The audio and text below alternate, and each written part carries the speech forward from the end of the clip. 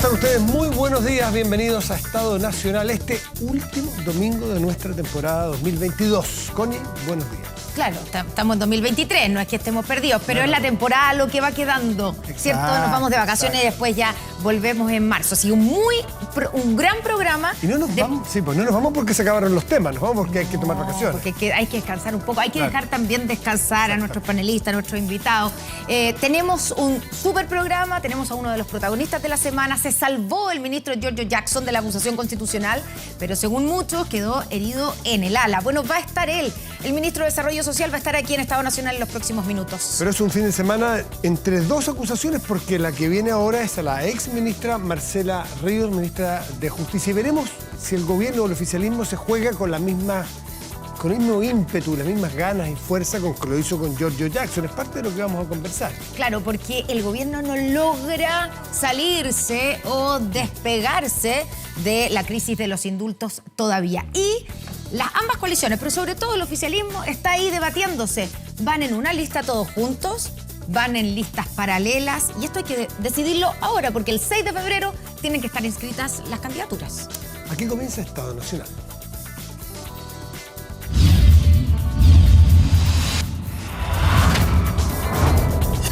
Estado Nacional. Don Francisco.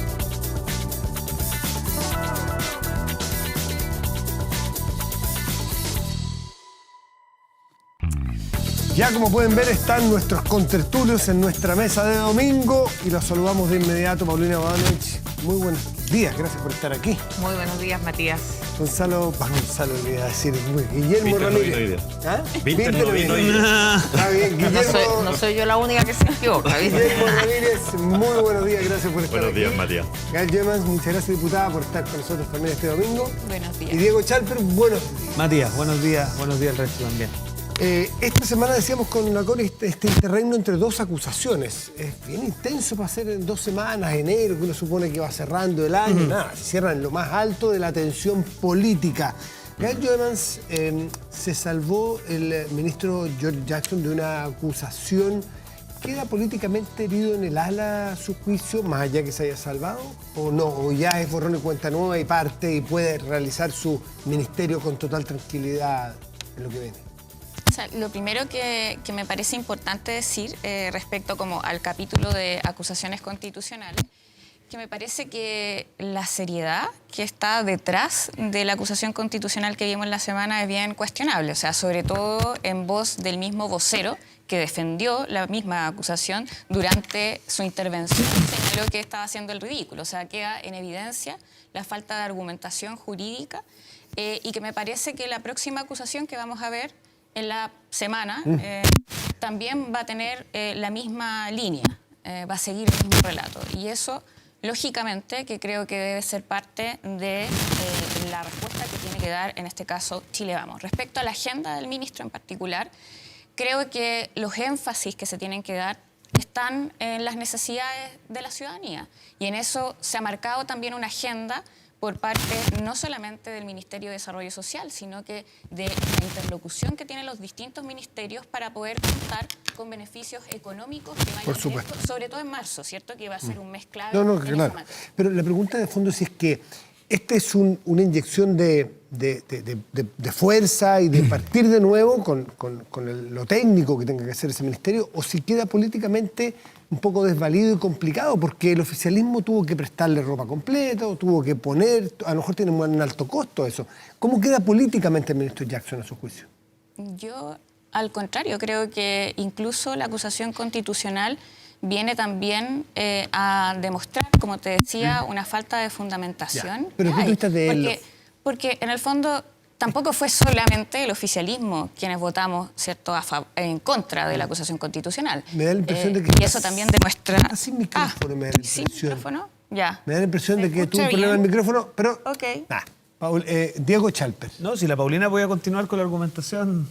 No sé si puede, no sé, pues puede. Me imagino. Pues. ¿Cómo queda el ministro Jackson, Paulina? Mira, yo creo que más que la situación particular del ministro, estamos viendo un momento en que estas acusaciones constitucionales no van en el sentido que uno quisiera, porque de lado y lado, hay algunos que lo van a justificar. Eso es lo bonito que tiene ser abogado y el derecho. Siempre uno tiene fundamentos para un lado y para el otro.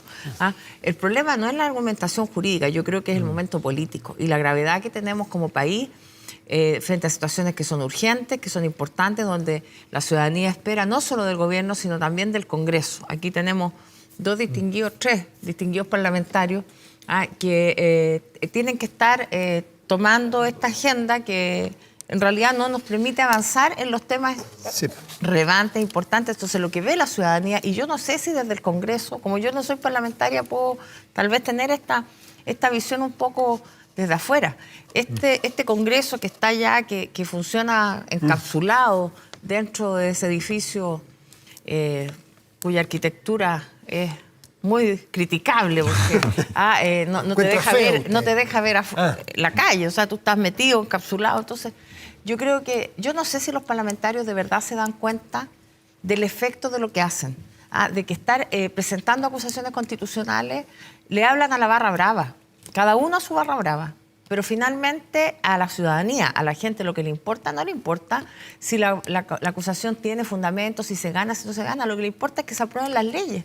¿RN y la UDI se dejaron arrastrar por el Partido Republicano? No, mire, yo sobre otros partidos poco me gusta meterme. Lo que sí, yo destaco la responsabilidad política que han tenido RN y la UDI en ciertos temas. En el tema, por lo pronto, aquí los tres estuvimos sentados y la GAEL también tuvo oportunidad de participar en algunas reuniones en el acuerdo constitucional.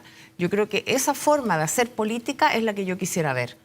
La forma de que llegamos a acuerdos, y no solo porque no tengamos las mayorías en el Congreso, sino porque la forma de construir un país es a partir de las diferencias, pero acercando las posiciones, no desde la fuerza y de la pelea y la discusión. Entonces, hoy día, además, con mayor razón, no tenemos mayorías en el Congreso, por lo tanto, es necesario hacer ese ejercicio. Puede, si quieres cerrar y terminar, porque tuvimos ese problema y parecía que le estuviéramos boicoteando. No, se escuchó buena parte, pero no bien. Así para si quieres cerrar. Bueno, para cerrar, me parece que, de todas formas, respecto a las acusaciones constitucionales, que vamos a también revisar en la próxima oportunidad, yo creo que es importante analizar cuándo tienen o no fundamento jurídico y cuándo se utiliza para hacer puntos políticos. Sería bueno que se inaugurara ese periodo, esa temporada de los fundamentos de las acusaciones. Por cierto, porque al menos de las que yo he visto, eso al menos no ha estado presente. Diego. Creo que es importante propósito de que sea una última ratio, ¿cierto? Sí, no, mire, yo escuchaba a Paulina, entiendo lo que ella dice y me acordaba cuando rechazamos la acusación Isquiasiche, con mucha crítica interna. A principio de este gobierno, pese a que una ministra que dijo que el Gualmapu permanecía y se sentía con la capacidad de ir ella, ¿no es cierto?, y querían recibir con alfombra roja, y la verdad que la recibieron a balazo y se dio cuenta de que el problema no lo habían resuelto tan claramente. Y lo rechazamos.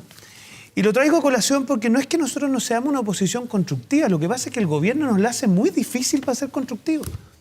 Y nos la hace difícil porque, yo te voy a dar 3 ejemplos concretos. En la víspera de la negociación de una mesa de seguridad, anuncian indultos para 13 personas, de las cuales 6 tienen un prontuario profuso a través de indultos mal formulados, sin fundamentación y en contradicción con la ley 18.050. ¿En qué posición queda la oposición si no es al menos investigar y en este caso acusar a la ministra que le pone la firma a algo que explícitamente va en contra de la ley 18.050, que es la que regula los indultos? Después presentan un proyecto de reforma previsional donde nítidamente contradicen lo que la inmensa mayoría de los chilenos quieren, que es que las cuentas de ahorro permanezcan como pilar fundamental y no se haga esta cosa con las cuentas nacionales que diluyan la propiedad de los fondos. Y después la reforma tributaria, en momentos donde lo que Chile necesita es ojalá estímulo para la inversión, nos ingresan una reforma tributaria sabiendo que eso va a decir. Entonces nos piden a la oposición hacer una cosa casi imposible, que es no solo no estar al alero de nuestros electores, sino que además estar en contra de lo que cree la inmensa mayoría de los chilenos. Y para mí el ejemplo final de esto, y entiendo hoy día leyendo a Analía Uriarte en el Mercurio, leyendo a Carolina Toá, es que en el fondo en el oficialismo tienen un problema muy complejo.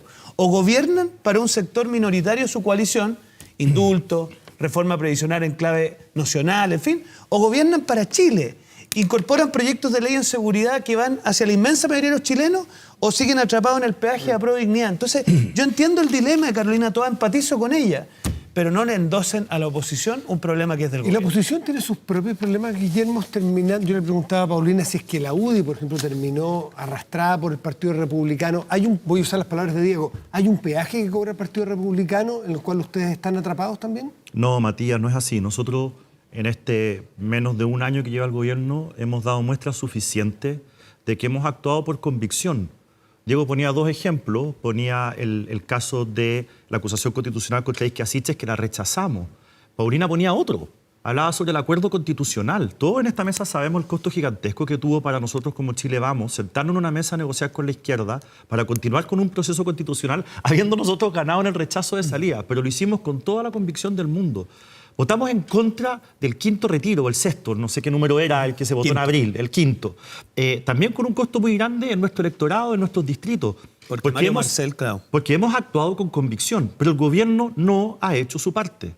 Fíjate que en el tema de la mesa de seguridad, el gobierno insiste en llamarnos a una mesa que es totalmente inútil, en vez de enviar los proyectos de ley al Congreso. Y el problema que tiene el gobierno es que todo el mundo sabe lo que hay que hacer en materia de inmigración ilegal, en materia de control del terrorismo, del orden público, etcétera, etcétera, etcétera. Todos sabemos lo que hay que hacer. Pero hay una coalición, que es Apruebo Dignidad, que no está dispuesta a aprobar esos proyectos de ley. Entonces te citan a una mesa de seguridad para dilatar el tiempo, para ver si convencen a Apruebo Dignidad. Por último, para que Apruebo Dignidad le diga a su gente, mire, nosotros estamos votando a favor de un acuerdo, no de leyes represivas. Y mientras tanto pasan semanas, pasan meses y la gente sigue esperando. Por eso la posición de Renovación Nacional y de la UDI ha sido no más mesa de seguridad, manden los proyectos ahora y nosotros los aprobamos ahora con los votos del socialismo democrático. Ya, pero aquí está Gael, que es de Apruebo Dignidad. ¿Ustedes no están dispuestos a votar los proyectos como están hoy día, como están ya conversados y dialogados en esa mesa fallida hasta ahora? No, lo primero que tengo que decir es que me llama la atención, ¿cierto?, que miren la paja en el ojo ajeno y no miren el problema que tienen. Primero, porque de hecho el acuerdo constitucional, veamos los votos que tuvo Chile Vamos. 6 parlamentarios de Chile Vamos votaron en contra del acuerdo constitucional, incluyendo, lamentablemente, la vicepresidenta del Partido de Renovación Nacional. Entonces, es fácil, ¿cierto?, mirar los problemas que tiene el resto. Y en este caso, y en este caso, bueno, pero bueno. Así también nosotros, y te lo digo, como parlamentaria de Convergencia Social, hemos votado a favor de todos los proyectos de ley que ha presentado el gobierno hasta la fecha en materia de seguridad. Y así también podemos dar otro ejemplo. Yo creo que lo importante en materia de seguridad... En los proyectos como están conversados y dialogados con la oposición, en seguridad hoy día, ¿ustedes están en condiciones de aprobarlos? Como dice Guillermo Ramírez, mándenlos. ¿Ustedes los aprobarían o tienen problemas dentro de Apruebo Dignidad? Primero, creo que es importante asumir que no hay excusa suficiente para restarse de la participación en una mesa de un tema tan relevante y urgente como en materia de seguridad. Y te doy el caso porque, mira, pero quiero vamos al fondo, como dijo usted recién. Voy al fondo. Nosotros no tenemos problemas, no tenemos problemas, pero si ya lo dije, no tenemos problemas para votar a favor de los proyectos que sean un acuerdo político en materia de seguridad. Guillermo, te lo digo, pero quiero ejemplificar con algo, porque es importante llegar a acuerdo en esta materia. Sin duda. Porque, por ejemplo, en materia sobre el proyecto que está todavía en el Senado, de la creación del Ministerio de Seguridad. ¿Cuándo fue ingresado ese proyecto de ley? ¿Cuántos años lleva? Lleva más de 10 años. Ayúdame, Gael. Me llama la atención, ¿cierto?, que no se vea la necesidad de llegar a un acuerdo. Ayúdame a dilucidar frente al público que nos está viendo. Aquí hay 2 miradas legítimamente súper distintas.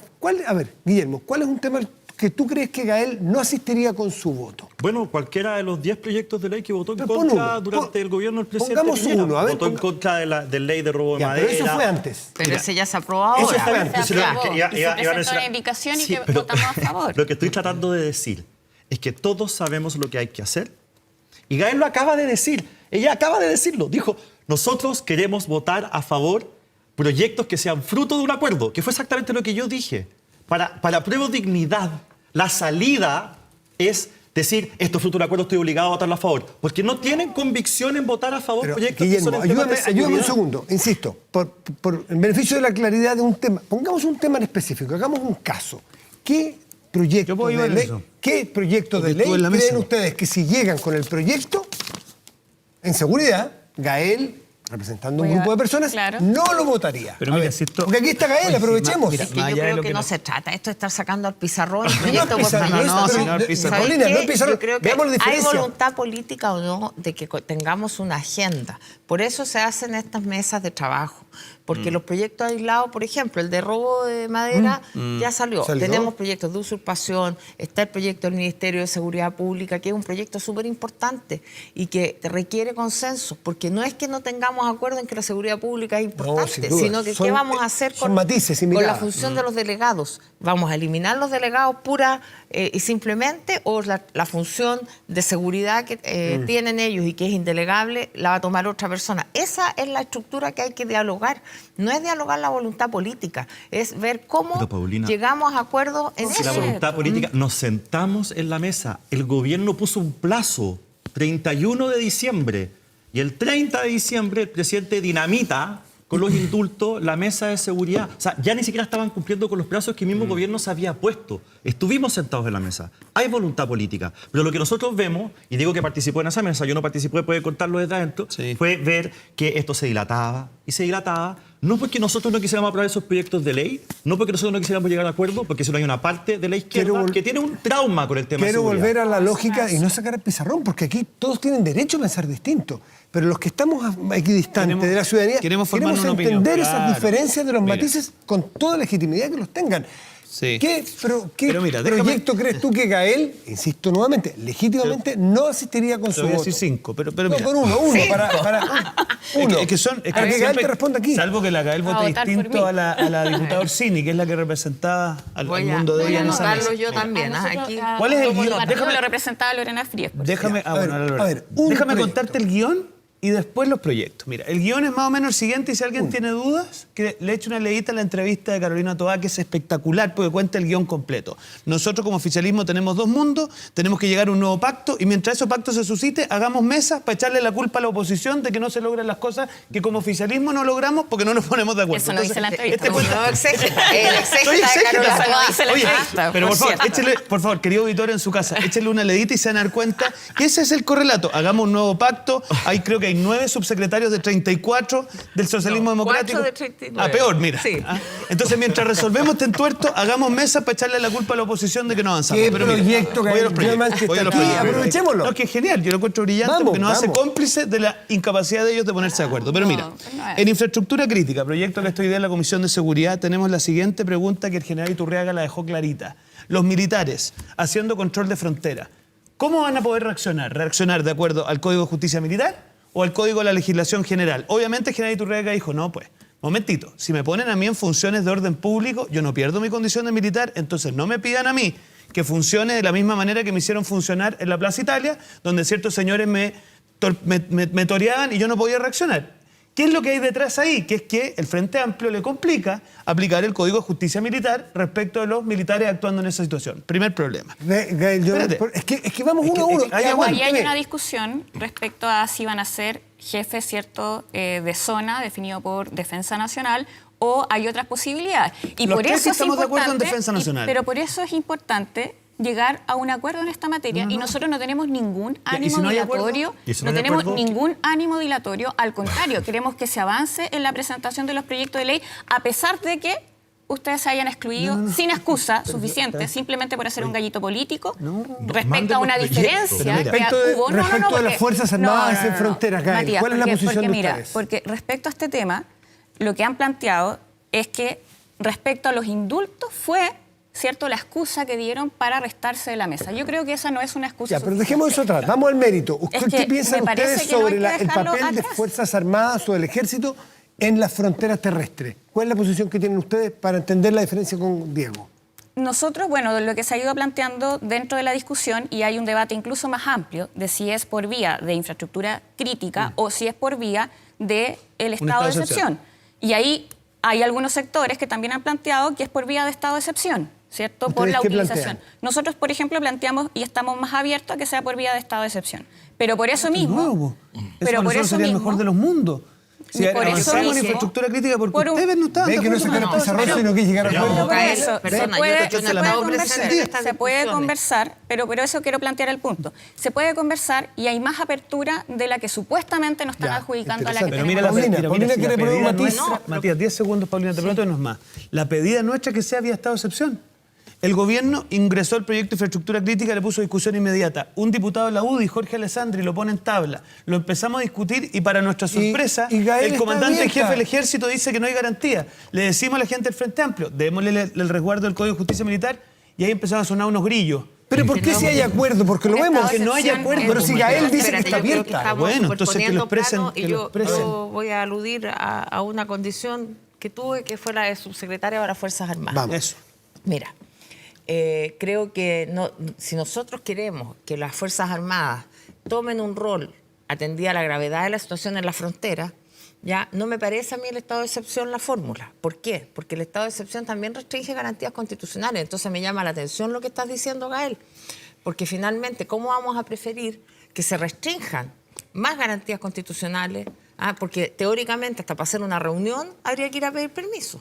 No, pero lo que hubo Entonces, sobre lo la que- mesa lo fue la que- creación de Matías, un nuevo un Estado. segundo. Pero por eso es un- cierto. Gael otro le tema. responde y luego- Es Pero otro eso- término. ya. Pero Yo no sé sobre, esa conversación. sobre esa discusión, es sobre nueva legislación al respecto. Nuevos Y, estados de exacto, excepción. Es ya. un nuevo estado Pero de excepción el finalmente- que estuvo sobre la mesa en vez de incorporar Pero eso infraestructura pasó y crítica. hoy día se avanza en el proyecto de infraestructura crítica y yo creo bien relevante tomar el punto que hace alusión Diego.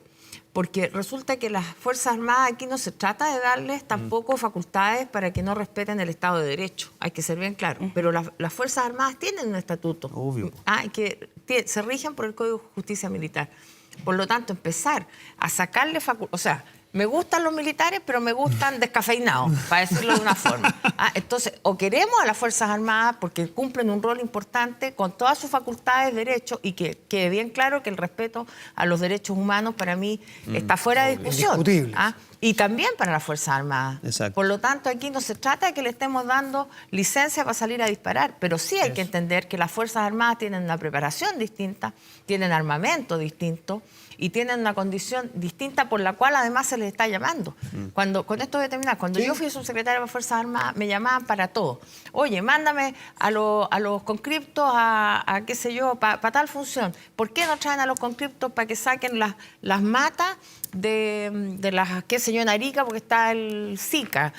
¿Zika se llama ese bicho? Ya. Bueno, así. O sea, la gente Cree pide y cree que los militares pueden hacer todas las funciones. Ellos están disponibles para eso, pero están disponibles en la medida también que se les respeten sus estatutos jurídicos. Guillermo. Mira, antes que Diego siga con su lista, No, si con uno basta.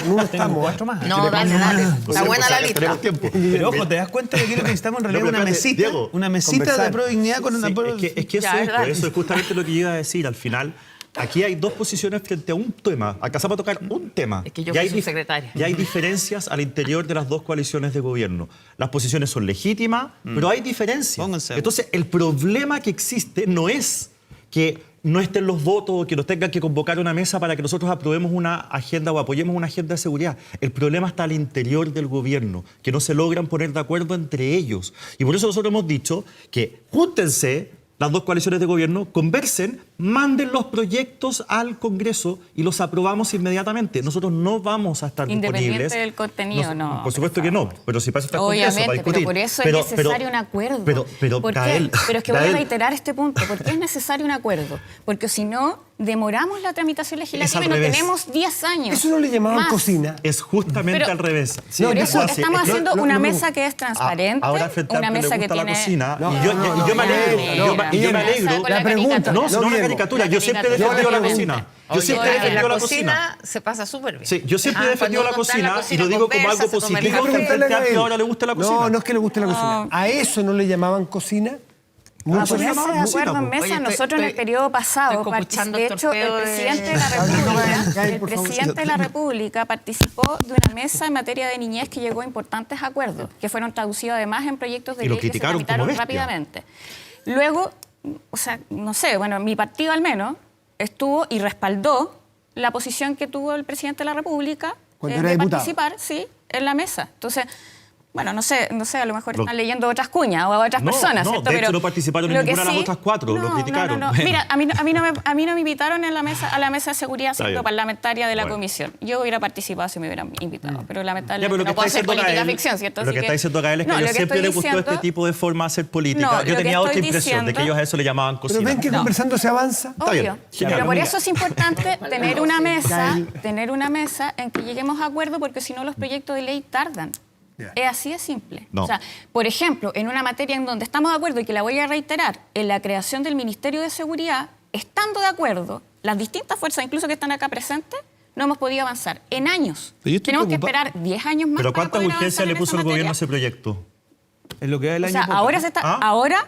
Pónganle discusión inmediata. Ponga la discusión inmediata. Pero si Si está el ritmo del llegando- Congreso no. depende del gobierno. Pero oye, te No, puedo decir no cuál es el necesariamente Diego está en el Chal, Senado, oye, no necesariamente, porque en el Ministerio de Senado, a pesar de que se ponga la Ministerio- urgencia, ustedes Oye, saben muy bien Bueno, pero que los parlamentarios el también presidente- fijan la urgencia. Diego Chal, el Senado Lo mismo socialista, en, el presidente lo mismo, Diego Chal, no, pero tiene en la la palabra. Comisión de Seguridad. No, muy la breve, Comisión de Seguridad. muy breve. En ¿cierto? el Ministerio de Seguridad pónganle discusión inmediata. Efectivamente estamos topando en si una de las atribuciones de la eventual subsecretaría del Interior va a tener que ver con temas terroristas o no. Ustedes no están de acuerdo, nosotros sí estamos de acuerdo. Creemos que el Ministerio de Seguridad, si no se hace cargo también de los temas de terrorismo, en concurso obviamente con el Ministerio de Defensa que acojo, pónganle discusión inmediata, se los vamos a aprobar. Oye, otro tema, estatuto de las policías. A ver. Ahí también estamos topados. Ahí hay diferencias, veamos. Oye, y en la Defensoría de las Víctimas también, No, que pero me vaya gustaría con uno, tocar. vamos de uno, vamos. No, es que ¿sabes qué? Porque grafiquemos el problema. Mira, en el Estatuto de las Policías, hay varios temas, pero el tema central es qué sucede cuando un policía hace uso de su arma en el cumplimiento de su deber. Ya. Nosotros creemos que eso hace que él quede en posición de cumplir su deber y por lo tanto se le aplique en el fondo, se le exceptúa la responsabilidad de acuerdo a las reglas generales y por lo tanto él concurre al juicio como testigo. Hay un sector de Frente Amplio, no sé si la Gael será parte de eso, que estiman que en ese caso él tiene que seguir de acuerdo a las reglas generales, que es lo que sucede hoy, que él concurre como imputado. Y por lo tanto tiene que ser capaz de acreditar que él se ha acogido a la legítima defensa, pero la premisa es que él, por hacer uso del arma, comete, por decirlo así, un delito tipificado que sería en este caso... Veámoslo con Gael ahora, Bueno, inmediatamente. entonces, ¿qué me pasa a mí? Y con esto cierro. Cuando uno mira el No hay- historial de Carabineros, es tan importante esto. Esto hace toda la diferencia. Porque si Carabineros no se siente con la tranquilidad de hacer uso de la fuerza, en plenitud... Se entiende el punto. ¿Te fijas? Se entiende el Entonces, punto, en pero esto es que me estamos topando y interesa. hasta aquí no hemos podido Este avanzar. programa tiene Mira, por la ley esencia retamal- ver diferencias para sacar Sí, pero conclusiones. déjenos trabar el concepto. ¿Se déjenos entendió trabar el concepto? No, es que no se entendió. Yo lo entendí, yo creo que la gente es inteligente y La entiende gente en su casa que rápidamente. entienda, esto es la ley retamal, que la han votado en contra. Así de claro. Y por lo tanto, si la votan a favor, cuando quieran. Diego, está hecho el punto. Pero A ver, jurídicamente, lo A que ver. está diciendo Diego, efectivamente los policías que hacen uso de su arma de servicio son procesados y han salido No todos... todo. Quedan con sumarios internos. Y obviamente... pero ese otro Lo dan de baja tema, es durante el responsabilidad. juicio. Lo dan de baja, es lo dan de pagar el responsabilidad sueldo, interna. sacan de la casa que les Está da bien. la Muy complejo. institución, Oye, yo lo hablé no les con pagan el abogado. Nosotros como bancada socialista fuimos a hablar con el general director de Sí, Carabineros. y Leiva estuvo a favor, Ya, además. todos los diputados nuestros están a favor. Si lo que quiero decir es que... Entonces eso volvemos hay a lo que- mismo, hay pues, que colegas. Volvemos a estar de acuerdo y Hay acá que no estamos de solucionarlo. acuerdo. No sabemos si no está de acuerdo porque pero Gael yo me tampoco estoy se trata hablando. de, Mira, yo poner también a eso. estigmatizar Yo a la No, Gael si de no los se teatros. estigmatizar nuevamente, No, es porque estamos ver poniendo las las cosas en blanco y legítimas negro. diferencias. Yo lo que quiero decir Esta es una es que pequeña este mesa de mismo seguridad, ejercicio- aprovechen. Ella va a dar Este su mismo- punto de vista. Gael, por Este mismo favor. ejercicio que estamos realizando acá, yo no sé por qué ustedes se restaron de seguir haciéndolo con quienes están además a cargo, porque eso es verdad. Pero si en la ¿Por qué- Comisión de por qué Seguridad se Gael ya restaron? está De hecho, hay suscitándose. hay senadores de su propia coalición que están disponibles a seguir sentados porque independiente de las diferencias políticas que uno pueda tener, por ejemplo, en materia de indulto, que fue la que ustedes plantearon, como en el fondo la justificación para poder salirse de la mesa, hay que llegar a acuerdos en materias tan relevantes como esta. Y nosotros estamos disponibles a conversar, a poner por sobre la mesa lo que lleguemos en puntos en común. Si acá no es necesario tampoco que, en el fondo, resolvamos todas las diferencias que tenemos. El resto de las diferencias que se tengan se votarán en ese en particular, Gael, Ya te mira, voy a no, contar de a lo ver, que vamos a hacer. nosotros... En ese punto particular de Carabineros, por ejemplo, que es interesante porque son las cosas que ustedes conversan en el Parlamento y nosotros no las vemos. Entonces, esta instancia es relevante. Ustedes tienen matices, me imagino.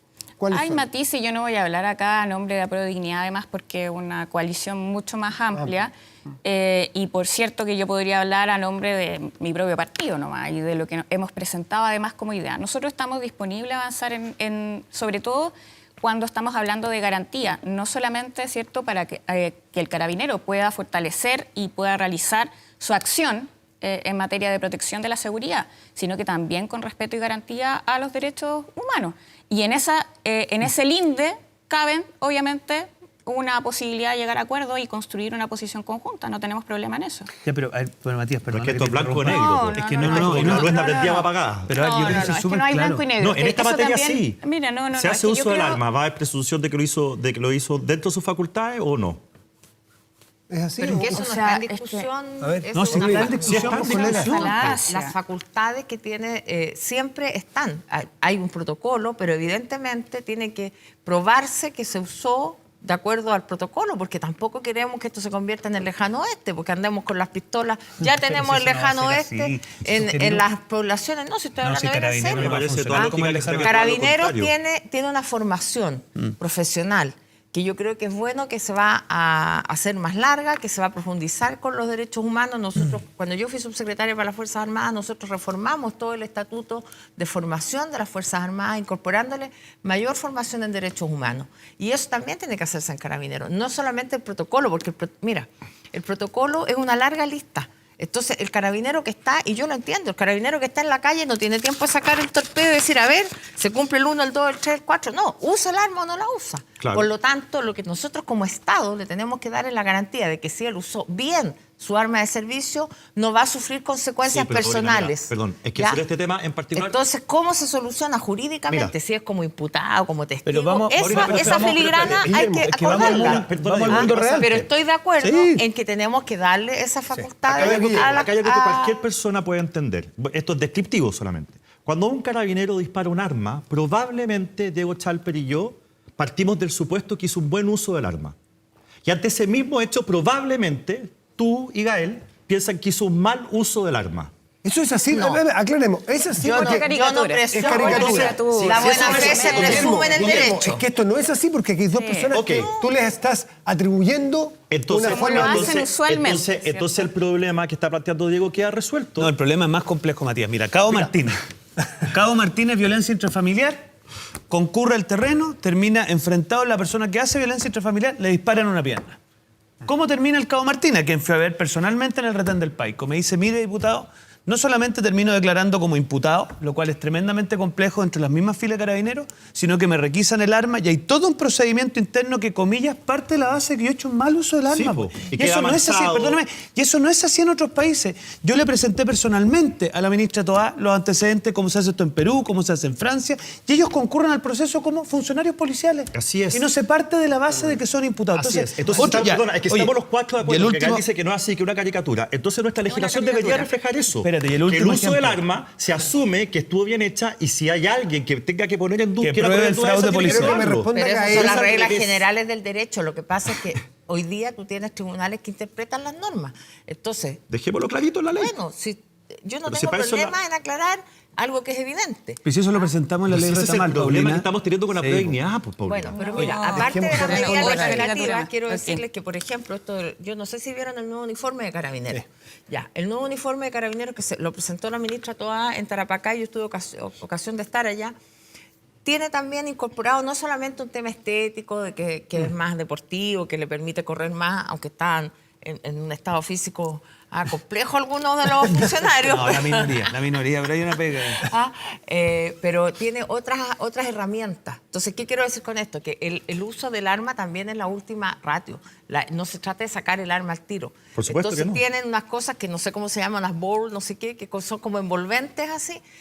Bueno, Las eso. cámaras, dices tú. No, lo que pasa es que hay herramienta. toda una discusión sobre las armas Mira, intermedias. La luma Ya que entendí, antes era de ya entendí, palo, ya entendí. ahora una luma retráctil. Sí. Tiene unas cosas que son como unas boleadoras, que tú las lanzas y envuelven a la persona como unos cordeles, una cosa. Entonces, Ahora, yo te tienen advierto otras una cosa, Matías. Sí, otras pero es que- formas de atacar el problema. Ahora, evidentemente, frente a una turba, no vas a sacar Sí, todas pues. esas otras cosas, Gael no vas a tener que Yeman- usar tu arma de servicio. Es que Gael. yo quiero enfatizar en el punto que, Pero hay que también otras dice medidas, Paulina. que no es solamente Exacto. la El arma medida de fuego. legal, legislativa de exención de la responsabilidad o de una presunción. Hay otras cosas que hay complementan ir la más visión. allá, Gael, hay que por ir más allá. Y en eso yo comparto además la apreciación que hace la ministra del Interior en la entrevista que le hacen en la tercera, en donde señala la ¿Leíste deuda la misma que que hay. Diego o otra? Leí la misma y no dice lo que dice Diego, pero perfecto. Ok, en interpretación hay una amplitud. Pero sí lo que dice la ministra, y que creo que es importante, que en materia de política nacional de seguridad tenemos una deuda grande. La última política nacional de seguridad se creó durante el periodo del presidente Lagos. Y de ahí a la fecha hemos tenido bastantes cambios y también bastantes necesidades que cubrir. Por ejemplo, actualización en materia de inteligencia, fortalecimiento de las policías, ¿cierto? Para que puedan tener la integralidad de mecanismos que les permitan para poder perseguir, ¿cierto?, el delito. Y en otra materia que también que creo que es importante, control fronterizo. Entonces, todas esas temáticas salen por sobre de lo que nos podamos poner de acuerdo en un proyecto de ley en particular. Y para eso es necesario tener una mirada de Estado. Y por eso es importante la participación de la derecha de Chile Vamos en una mesa. Porque no solo se trata de proyecto de ley, sino que se trata de una política nacional de seguridad. Lo que es fundamental es hacer una pausa por ahora. Vamos a volver con este panel, que usted puede ver que está encendido, está interesante. Y le quedan 3 puntos a Charles. Tres. No, me agregó la ley de inteligencia que el presidente de la Comisión de Defensa de RD. Y estará con nosotros ahora ya el ministro Giorgio Jackson. Volvemos con el ministro Jackson, volvemos con el panel. Queda mucha conversación aquí en Estado Nacional.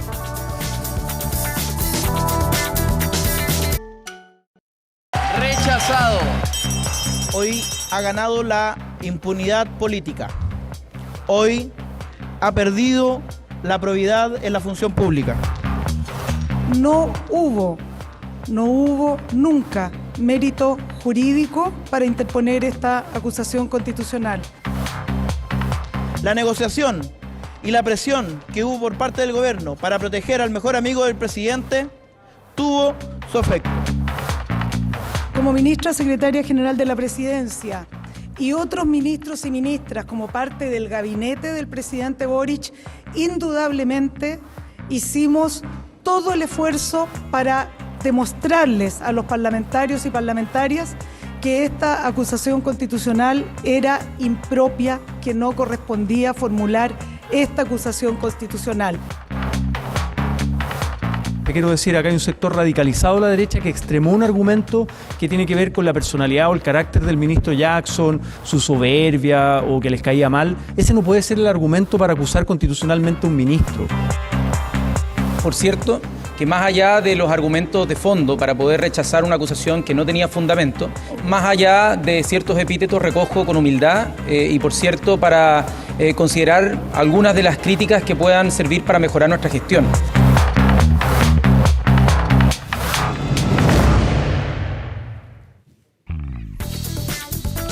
Y aquí está con nosotros uno de los protagonistas de la semana, el ministro de Desarrollo Social, Giorgio Jackson. Ministro, gracias por estar aquí en Estado Nacional. Muy buenos días. Lo vi así como impactado al ver o al revisar de nuevo lo que pasó el miércoles en la acusación constitucional en su contra. Sí, no había revisado las declaraciones después de la acusación, la verdad. Ya. ¿Y qué le pasó cuando se vio de nuevo ahí, enfrentado a eso?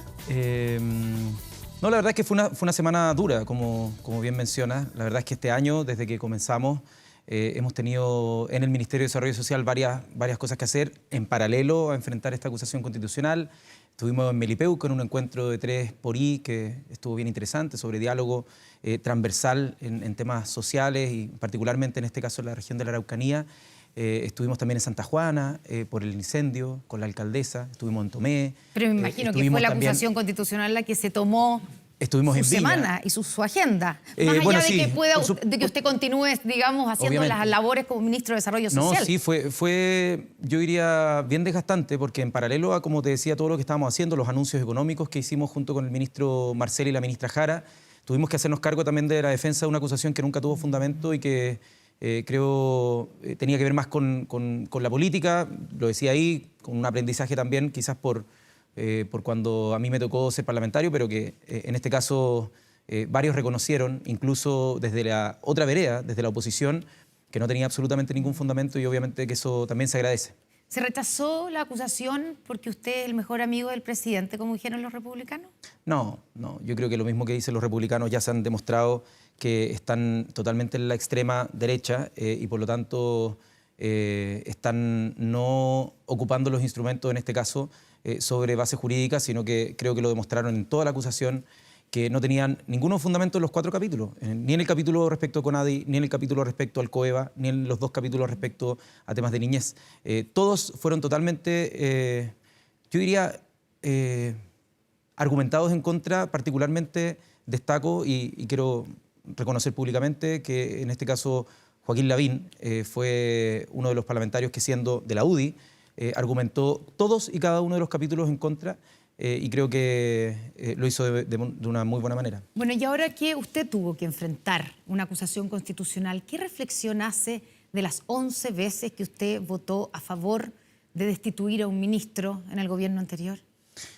Mira, creo que, claro, estar del otro lado de la vereda, lo primero, lo que siempre yo dije es que los parlamentarios tienen todo el derecho a presentar una acusación. Eso nunca lo puse en duda. Creo que es una de las facultades que tienen como Cámara Fiscalizadora, tanto de hacer comisiones investigadoras, de poner interpelaciones o también acusaciones constitucionales, y cada una se tiene que ver en su mérito. Y creo que algunas de las que nosotros presentamos no consiguieron mayoría porque no vieron mérito en la mayoría de los parlamentarios y parlamentarias. No es un juzgado propiamente tal, pero es un juzgado más bien político. Ya, pero ¿se arrepiente de alguna? Estoy pensando en la acusación constitucional. Usted votó a favor de destituir al ministro de Educación, Raúl Figueroa, al exministro de Salud, Jaime Mañalit. Y en el momento en que se rechazó, porque son acusaciones constitucionales que no vieron la luz, ¿cierto? Exactamente. En sus comentarios en Twitter de ese momento, usted acusaba, digamos, un arreglín político aquí, qué vergüenza, finalmente no se logró destituir a esta persona. ¿Se arrepiente de eso? Mirando hacia atrás, con la perspectiva de que usted ahora también fue víctima de eso. Yo creo que todos estos procesos sí generan una perspectiva distinta. Ahora, ¿Cuál es esa perspectiva? uno no tiene la capacidad de volver el tiempo atrás, pero sin duda uno va sacando ciertas lecciones cuando se enfrenta a estos procesos. No recuerdo en específico cada uno de los argumentos. Yo nunca firmé una acusación constitucional, pero efectivamente voté a favor, como tú lo mencionas. Sí. Pero te da una perspectiva distinta de cuáles son el índole de responsabilidades personales de las responsabilidades que tenga el gobierno. Y en ese sentido, esa diferencia, que fue lo que planteamos en la cuestión previa, que en este caso tampoco tuvimos éxito, sino que pasó al fondo, yo diría que es parte del aprendizaje que saco. Ya, usted, ministro, dice no se puede volver el tiempo atrás, ¿cierto? Pero si se pudiera.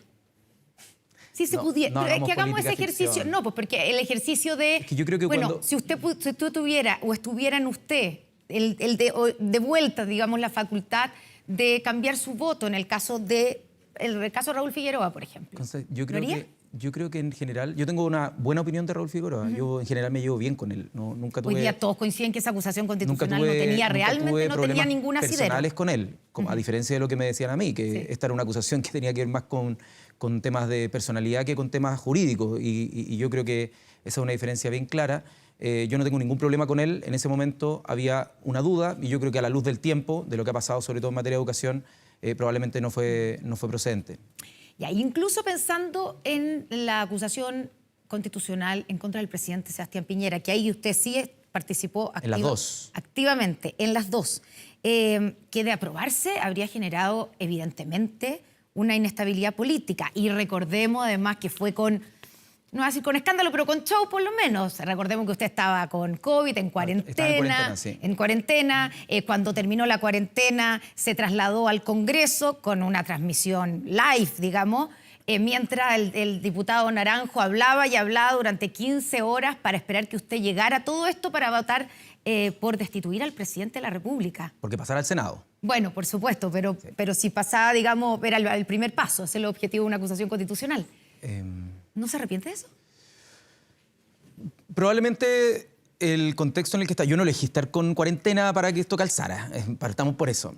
Creo que la circunstancia generó una presión donde, como había mucha atención mediática, que no tenía que ver tanto porque yo transmitiera, sino porque efectivamente estaban los votos empatados y era un voto decisivo.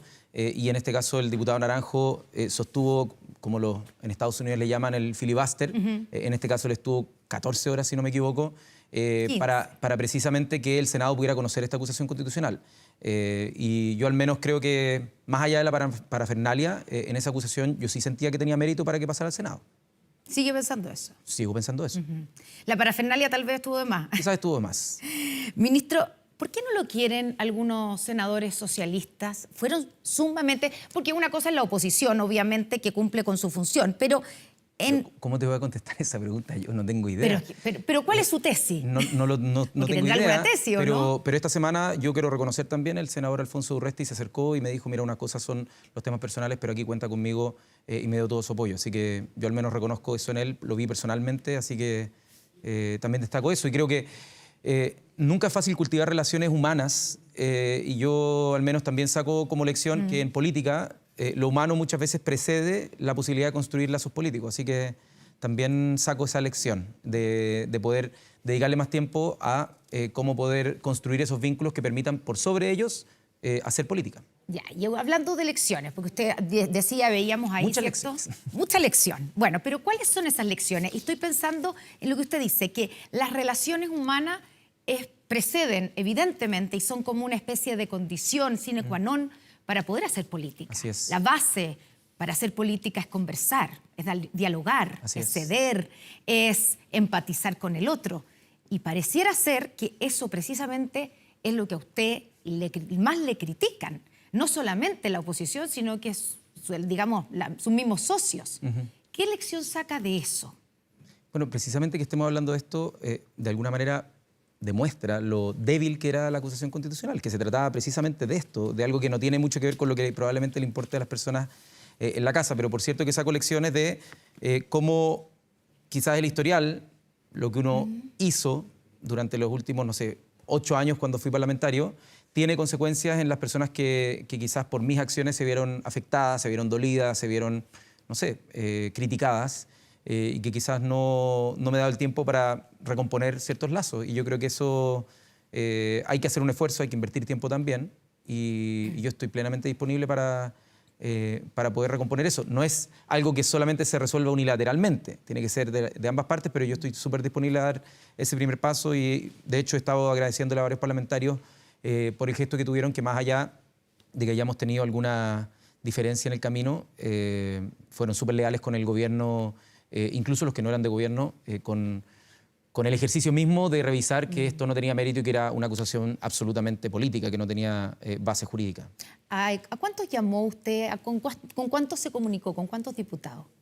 Con prácticamente todos los parlamentarios y parlamentarias que apoyaron, les hice saber mi agradecimiento y que estará a disposición de trabajar en conjunto los temas propios del ministerio, por cierto. Algunos ese día decían, ahora me llama. Bueno, nunca es tarde, pues sí. Tampoco te pueden dar palos porque bogas y porque no bogas. Pues, hay que partir por algo. Y tampoco es como que me lleve mal con todo el Congreso. ¿Sí? ¿No es así, ministro? Si lo pregunto no. porque usted escuchó todo lo que le dijeron. Sí, pero hay un sector... soberbio, arrogante, fue lo menos que le dijeron. Entonces, por lo mismo, eso una vez más demuestra que, ¿sí? Que perdimos el tiempo durante prácticamente 2 semanas en una acusación que no tenía fundamento y que básicamente fue para intentar demostrar un punto que yo diría que no es extendido en todo el Congreso, pero efectivamente hay algunas personas con las que no he cultivado suficientemente la relación. Ya, y ahí, porque usted dice, sí, esto demuestra que no había razones jurídicas, ¿cierto? Y eso parece haber cierta unanimidad, digamos, o bastante transversal en que no existía mérito jurídico. Pero también las acusaciones constitucionales son juicios políticos y también el juicio político implica esto que estamos hablando, el evaluar y el juzgar. Es que esa es la diferencia entre un régimen presidencial y uno parlamentario. En el parlamentario, efectivamente, tú lo que necesitas es que el Congreso, el Parlamento, pueda revisar a través de juicios políticos quién compone el gabinete de un ejecutivo. Pero en este caso, en un régimen presidencial, el único que tiene la potestad, precisamente porque sea competente o no, le caiga bien o mal, o cualquier consideración de exclusiva confianza, es el presidente de la República. Y por lo tanto, no procedía esta acusación y eso es lo que tratamos de demostrar y conseguimos al menos persuadir a una mayoría. Ya, usted dice, claro, finalmente no había nada jurídico, pero el hecho de que se ponga en juicio, se haga un juicio a su persona, ¿cierto? Muchos le sacaban en cara, digamos, su época o sus 8 años de diputado. Y usted dice, claro, saco la lección de que tengo que recomponer relaciones, hacer cosas que no he hecho. Y yo me imagino, y quiero tratar de llevarlo a esa reflexión más humana. Porque nadie discute, digamos, que usted digamos, puede ser un gran ingeniero, controlar los números, ser muy hábil políticamente, tiene una carrera que así lo demuestra, pero que evidentemente hay algo que falta. Porque si no, no estaría donde está, digamos, no le habrían dicho todo lo que le han dicho. Y eso que le falta es evidente que lo necesita para seguir adelante con una carrera que tiene una carrera política que puede tener grandes expectativas. Me imagino que usted lo sabe. Lo ha nombrado usted como, digamos, como candidato presidencial, como candidato al Senado, etcétera. Bueno, y está de ministro, evidentemente. Entonces, en ese punto lo quiero llevar yo. Cuando es evidente que para todo eso se necesita la empatía, se necesita el diálogo, la conversación. ¿Qué cambio va a hacer, ministro, en su forma de relacionarse, en su forma de hacer política, para que esto no se vuelva a repetir o no solamente para efectivamente tener las posibilidades hacia el futuro? Mira, no sé si es que esto es algo que tengo que trabajarlo con mi equipo, por cierto, no sé, con las personas que me rodean y con las que tengo afecto, quizás, no sé si es que los afectos puedan expandirse en tantos círculos como para tratar de llevarlo a todos lados, pero lo cierto es que yo hoy día estoy preocupado del ministerio. Todas las cosas que tú dices como de la proyección, ¿Sí? Para mí hoy día de verdad no se me pasan por la cabeza. Estoy muy contento haciendo lo que estamos haciendo con todos los equipos del Ministerio de Desarrollo Social. Hay desafíos en niñez, en materia de juventud, en materia de personas mayores con la reforma de pensiones, pero también con lo que estamos haciendo en materia de política pública, en la vejez, con el envejecimiento activo, digno y saludable que pasó su primer trámite después del Senado. Estamos viendo el proyecto de TEA, de trastorno espectro autista, que también va a ser trámite, esperamos que se promulgue como ley ahora en enero. Estamos realizando un cambio en el ecosistema digital para cambiar la perspectiva de las personas con el Estado cuando tienen que, no sé, llenar el registro social de hogares y enfrentarse a la calificación socioeconómica. O sea, estamos terminando de medir la CACEN. Hay desafíos gigantes y de verdad yo estoy muy contento y muy agradecido de la oportunidad que el presidente me da en esta cartera y lo estamos dando todo con los equipos para poder, en miras, no sé, de esta CACEN a la próxima CACEN, de generar una reducción en la pobreza multidimensional y sobre todo en la niñez, que es donde más enfocados estamos. Por lo tanto, usted tiene descartado dar un paso al costado y salir del gobierno. Yo voy a estar todo el tiempo que el presidente me pida estar. Yo en eso soy muy leal, muy disciplinado.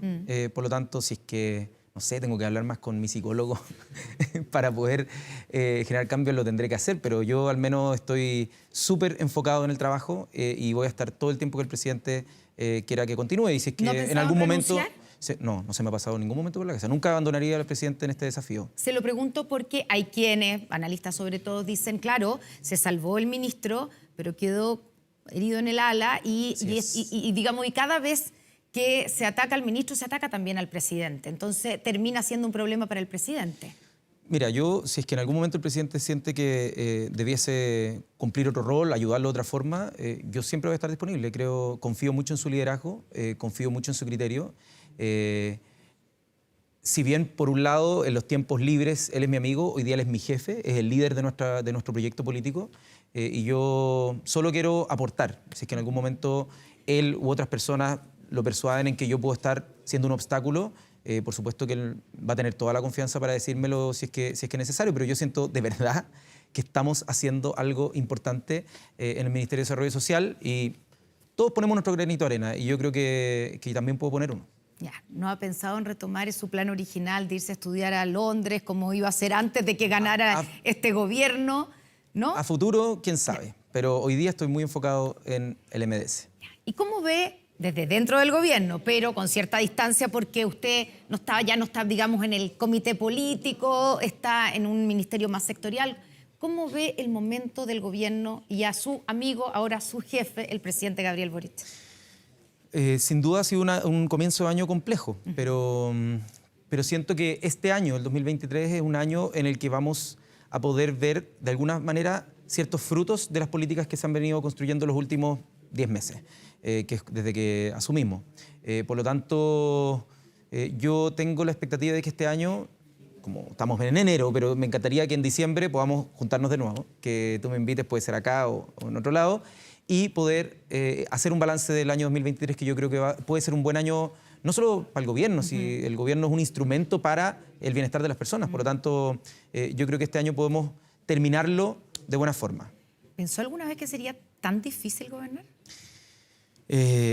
Uno lo supone, pero estar ahí en el lugar de tomar decisiones y que hayan tantas cosas, contingencias que dificulten la planificación, es algo que hay que estar ahí para poder vivirlo. Pero efectivamente uno planifica ciertas cosas y empiezan a aparecer un millón de cosas que van desviando la atención, no solo tuya, desde la posición de ministro o ministra, sino que también de los equipos, que tienen que estar súper flexibles a las contingencias y al mismo tiempo hacer que las cosas estructurales vayan andando igual. Ministro, ya que usted superó la acusación constitucional, ¿cómo ve la acusación en contra de la ex ministra de Justicia, Marcela Ríos, que se va a ver ya esta semana y que, si bien la ministra ya no es ministra, pero evidentemente que nuevamente se va a volver a cuestionar una decisión que ha sido muy polémica por parte del presidente? Sí, pero yo considero que en este caso no hay absolutamente ningún fundamento jurídico. Lo ha explicado bien el ex senador y hoy día abogado de la ex ministra, Viera Gallo, que lo ha demostrado en varias entrevistas. Yo creo que ha sido súper prístina su explicación de por qué no procede esta acusación y por lo tanto no hay mucho que yo tenga que aportar o agregar, más que, por supuesto, solidarizar y darle todo mi respaldo a la ex ministra Ríos. Claro, pero el mismo abogado Viera Gallo dijo que ella no firmó los indultos contra su voluntad, sino que lo hizo compartiendo la responsabilidad del presidente. Por lo tanto, es evidente que esto nuevamente va a poner sobre la mesa si la decisión del presidente estuvo correcta o no, si hubo desprolijidades, como dijo el presidente. No, es una facultad que tiene, sí, claro, que se ejerce, como la ejerció el presidente Piñera. Pero una facultad que se ejerce dentro de un marco legal. Exactamente, y no hay ningún problema. Todos lo han dicho. Yo no he escuchado a nadie que haya dicho esto tuvo un problema legal. Por lo tanto, la decisión política de querer, no sé, hacer una acusación con la ministra es eso, una decisión política. Así como alguien ejerce una facultad, puede a alguien parecerle que es una mala decisión, una buena decisión, pero es una decisión que tiene dentro del ámbito de sus competencias. ¿Y a usted qué le pareció la decisión de indultar? Y así como lo hicieron otros presidentes y la presidenta, todos los presidentes han ejercido esa facultad. Y a alguien puede no gustarle. Probablemente todas las personas que han indultado siempre van a tener personas detractoras que digan a mí no me gustó que hayan indultado a esta persona. Pero se ejerce esa facultad. En este caso el presidente la ejerció y eso es todo lo que yo puedo aportar sobre el tema. Porque no estuve metido en la definición ni en la decisión final.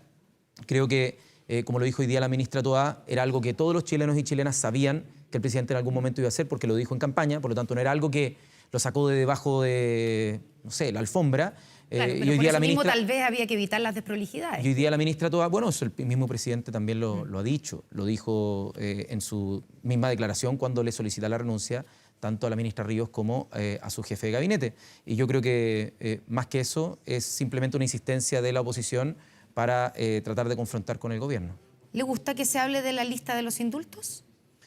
Al igual que la ministra Toá, no entiendo muy bien por qué aparece eso y yo creo que, tal como lo ha dicho casi todo el comité político, hay que tratar de bregar por la máxima unidad dentro del oficialismo. Ya, y en ese sentido, usted es de los que está por que el oficialismo vaya en una sola lista en las elecciones del 7 de mayo. Yo siempre voy a estar en este sentido por la unidad del oficialismo y lo que plantea la ministra Toá, lo que ha planteado la ministra Analía Uriarte.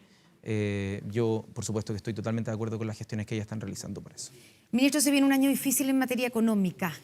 ¿Cómo se prepara su cartera, que va a ser una de las carteras fundamentales a la hora de poder alivianarle la carga a las personas que lo estén pasando mal, que ya lo estén pasando mal y que tal vez lo van a pasar peor durante este año?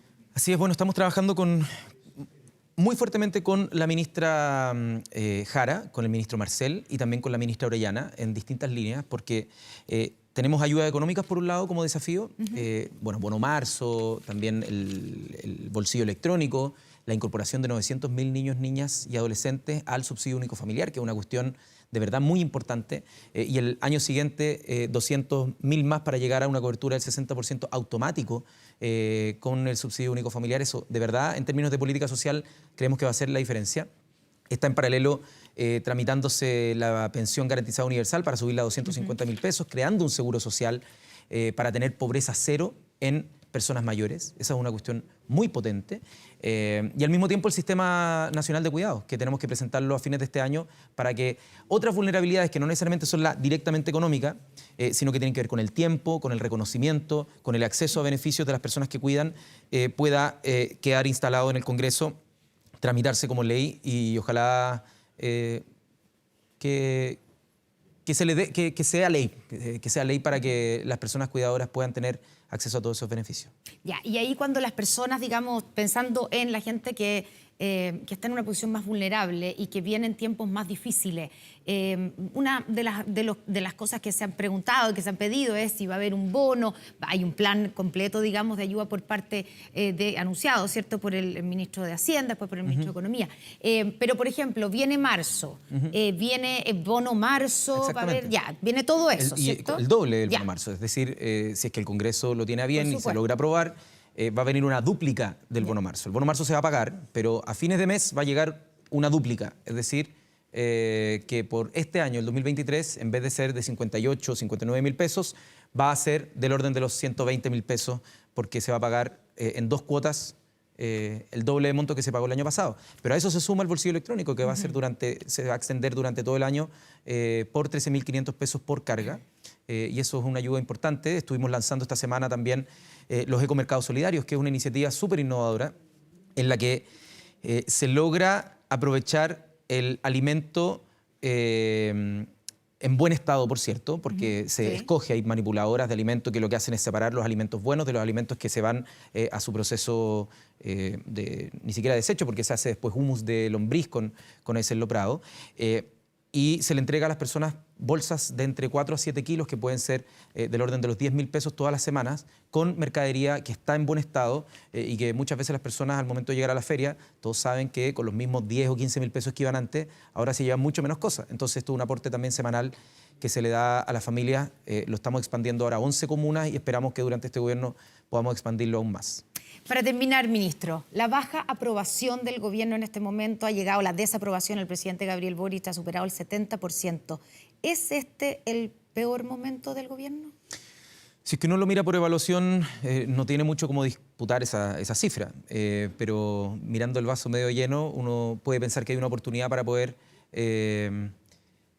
contarle a las personas los frutos de las cosas que hemos venido realizando, empatizar también con los problemas ciudadanos que en este caso el gobierno ha identificado y el presupuesto está estructurado de esa forma, la seguridad ciudadana, la seguridad económica y la seguridad social, que son los 3 pilares con los que vamos a trabajar durante todo este año. Es el marco conceptual del presupuesto que se nos aprobó para este año, así que esperamos mes a mes, día a día, estar trabajando para las personas y que yo me imagino esos frutos se van a ir, esperamos, revelando y redundando en mayor bienestar para las personas. Así que eso nos espera este año. Ya, o sea, después de lo harto trabajo. Después de lo peor, que comience, esperamos. Solo queda subir, digamos, solo queda remontar. Uno nunca sabe, la presidenta Bachelet una vez dijo, uno nunca sabe, cada día puede ser peor, pero yo creo que en este caso el gobierno tiene hartas cosas sobre la mesa, así que uno podría pensar para que las familias chilenas puedan valorar el esfuerzo que se está haciendo como gobierno para llegar a su bienestar. Así que yo al menos me muestro optimista dentro de todo para que nos vaya bien a todos durante este año. Ministro Giorgio Jackson, muchas gracias por estar con nosotros en Estado Nacional. Muy buenos días, muy buenas tardes ya. Sí, buenas tardes. Buenas tardes ya. Nos vamos a una pausa, ya estamos de vuelta con más aquí en Estado Nacional. Estado Nacional.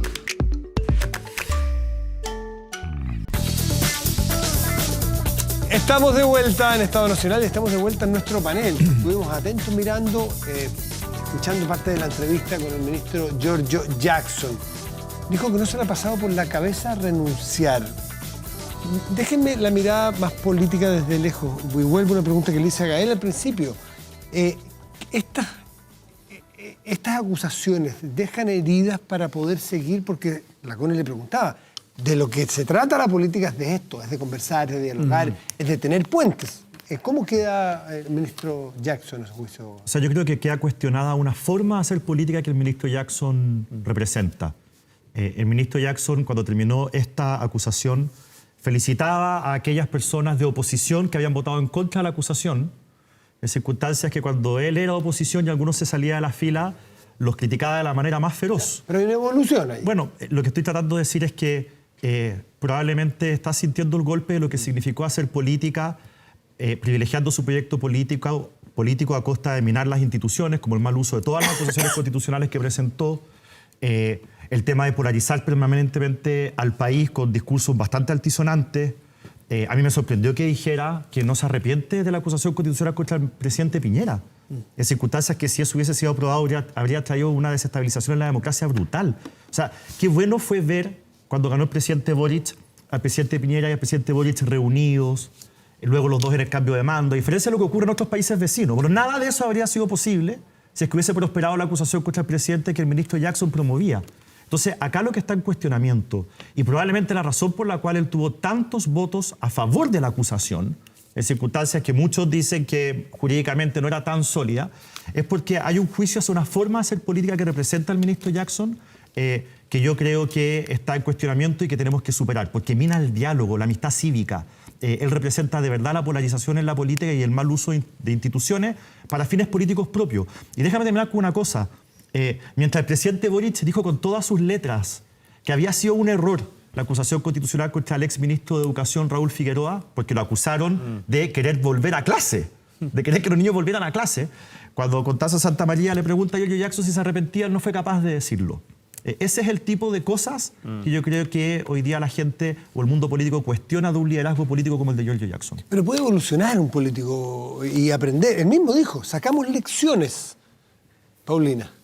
Bueno, yo creo que en la vida en general uno tiene que sacar lecciones y corregir, y yo en lo personal no tengo problema en reconocer cuando me equivoco o cuando con el tiempo uno ve las cosas con cierta perspectiva.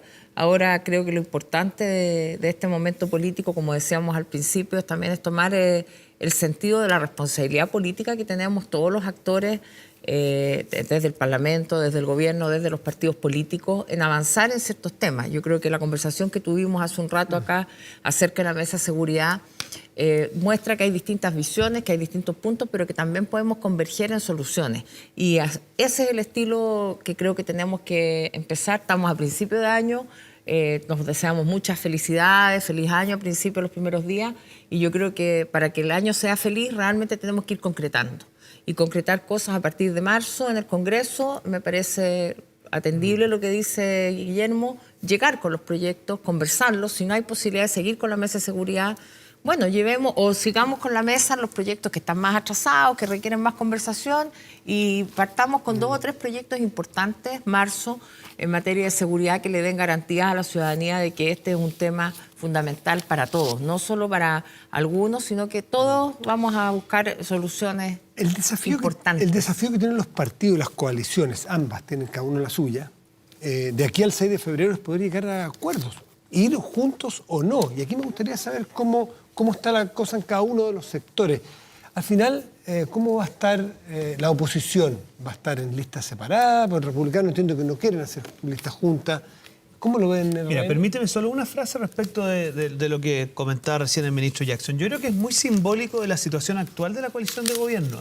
Porque digamos las cosas como son. La que salvó al ministro Jackson se llama Ana Lía Uriarte, del socialismo democrático. Es decir, una vez más, el socialismo democrático ordenando lo que muchas veces de Apruebo Dignidad desordenan. Entonces, mi impresión es que ellos tienen ahí un desafío político profundo. ¿Cómo articulan aquella parte del gobierno que está pagando costos? Mario Marcel, Carolina Toá, Ana Lía Uriarte, perteneciente al socialismo democrático, que siente que hay una minusvaloración del trabajo que hacen, siendo que son los que permiten que hoy día el ministro Jackson esté sentado donde está, porque digamos las cosas como son, sin su trabajo eso no habría sido posible. Y creo que aquí el tema de evolucionar, de cambiar de opinión... ¿Está minusvalorizado? O sea, no se puede mirar a los subsecretarios nomás por Matías. Sí, los números son ¿Siente que el presidente Boric O sea, no, eso tendrá que decirlo ella, es lo que uno lee de la prensa, digamos. Hoy día cuando lea la ministra Toá... Es que hay hay un diseño del gobierno original, que es el que se mantiene en parte, y que se ha dicho, o sea, está todo reconocido por todo, y que es la adecuación que nosotros hemos pedido del socialismo democrático, que no tiene que ver con cargos ni pegas, tiene que ver con que la visión nuestra se equilibre dentro del escenario post-4 de septiembre. Claro que está desequilibrado. Si el gabinete se compone de ministros y subsecretarios, No son solo los ministros. ¿Y hay plazos para eso? No, yo no le voy a poner plazos. No que le ponga. Desubicar. No plazos, pero ¿han conversado plazos? No, dentro de lo que uno entiende que siempre hay una evaluación de aquello. Pero no quiero quitarle la palabra al compañero para no Sharper. evadir tu pregunta. Yo soy de la convicción, lo hemos conversado con Guille también, que la oposición tiene que esperar. Todavía quedan definiciones. Hay, digamos, en el caso nuestro tenemos consejos generales tesados. Pero yo creo que pensar esto como listas de partidos, en el caso de la oposición, es un error. Aquí tenemos que lograr replicar el espíritu del 4 de septiembre. ¿Cuál fue ese espíritu? Personas concretas puestas por delante por sus capacidades, por su capacidad de diálogo, en fin, independiente de su militancia política. Entonces nosotros hemos dicho, mire, si en una región hay una, por decirlo así, fuerza especial de gente independiente que proviene y tiene simpatía de tal y cuales puntos, por delante. O sea, yo al menos estoy empujando con mucha fuerza, y así también el senador Chaguán, en fin, bueno, ¿cómo replicamos ese espíritu? Entonces, toda la gente que esté en sintonía de contribuir al éxito de este proceso, que sea dialogante y que de alguna otra manera se Entonces sienta los parte, republicanos no, porque no están muy en sintonía con este proceso. ¿Sabes lo que pasa, Matías? Yo en esto de nuevo, más que quedarse en generalizaciones, hay que ver el caso concreto. Por ejemplo, yo con buena noticia veía que estaba Carlos Frontaura incorporado dentro de la nómina de expertos. Carlos Frontaura es alguien de simpatía republicana, pero alguien pone en duda que habiendo sido consejero del Instituto Nacional de Derechos Humanos, ha hecho una contribución súper importante en esa materia. Entonces yo en eso creo que hay que dejarse de andar, por decirlo así, vetando a priori gente, sino que buscar las mejores personas que nos permitan replicar el espíritu del 4 de septiembre. ¿Están de acuerdo con eso, Guillermo? O sea, en el caso particular de Carlos Frontaura, si yo a priori tenía dudas acerca de cuál iba a ser el espíritu del Partido Republicano con el que van a enfrentar el proceso constitucional, nos topamos en el diario con que Carlos Frontaura va a ser probablemente su experto, y eso a mí me habla de que quieren enfrentar esto de buena fe, porque están poniendo un hombre abierto, dialogante, inteligente, que sabe, es abogado, fue decano de la Facultad de Derecho de la Católica, estuvo en el Instituto Nacional de Derechos Humanos. O sea, yo miro ese nombre y me alegro, porque es una primera señal de que aparentemente ese partido va a ir a la convención a aportar y a tratar de llegar a acuerdos. Ojalá que eso se mantenga así también en los candidatos que presenten. ¿Con nombres propios o va a haber una coalición conjunta con los republicanos? No, nosotros, esto ya estoy hablando por la UDI, no por Chile Vamos, no voy a hablar ahora por Diego Chalper, porque todo lo que dijo Diego me representaba, pero quizás esto lo representé a él. Como UDI, nosotros siempre hemos pensado que electoralmente tenemos que enfrentar en una lista única todos juntos, todo lo que esté a la derecha de la izquierda tiene que ir en una sola lista. Pero eso lo pensábamos también respecto de las elecciones parlamentarias y lamentablemente no fuimos capaces de llegar a un acuerdo. En las listas parlamentarias a mí me tocó ser el negociador de la UDI. Hice todos los esfuerzos del mundo para ir a una lista conjunta con el Partido Republicano y no se pudo. Y ahora, cuando nosotros hemos planteado la idea de explorar algo unitario, incluso antes de sentarnos a conversar, públicamente nos han dicho que eso no es posible. Así que vamos a ir en dos listas, y con RN y con Evópoli, también hemos tenido conversaciones con otras fuerzas. Nosotros hemos dicho una cosa que pasó piola, pero creo que es muy importante algo que dijo Diego. Nosotros no estamos discutiendo en materia de candidatos a la convención o al consejo en la lógica del cuoteo. Acá se requieren 2 de RN, aquí son 2 de la UDI, que es lo que siempre ha primado en estas negociaciones, sino que vamos a ir a buscar a las personas que nos garanticen que vamos a tener un consejo constitucional de gente preparada, dialogante, que vaya allá a aportar y que se aleje lo más posible del ciclo constitucional que tuvimos en la primera convención. Gael, ¿sería un fracaso o un éxito del gobierno si logra juntar a sus dos coaliciones en una lista única? O si no lo logra, sería un fracaso por no generar porque el presidente, imagino que quiere una cosa más unida, y el gobierno una cosa más unida entre la Prueba de Dignidad y el socialismo democrático. ¿Cómo están ahí? O sea, yo aspiraría sobre todo por el desafío que hay por delante. O sea, el objetivo es poder contar con una constitución habilitante en materia de derecho. Y en eso tenemos una amplia sintonía. Yo no veo ahí diferencias entre quienes somos parte de la alianza de gobierno. Entonces tampoco veo justificación para ir en listas distintas. Sobre todo si es que por ir en listas separadas tenemos finalmente un resultado que perjudica esa posibilidad teniendo menos escaños. Entonces, en eso yo creo que tenemos más bien los partidos políticos que forman parte de la alianza de gobierno tienen el desafío de construir esa unidad. Y es más, yo también me quedo con las palabras, además de la ministra Toá, en su entrevista, en el sentido de que hay que perspectivar, ¿cierto?, una alianza que hay que ir construyendo día a día, ¿cierto?, y que en eso tenemos mucho también que ir aportando.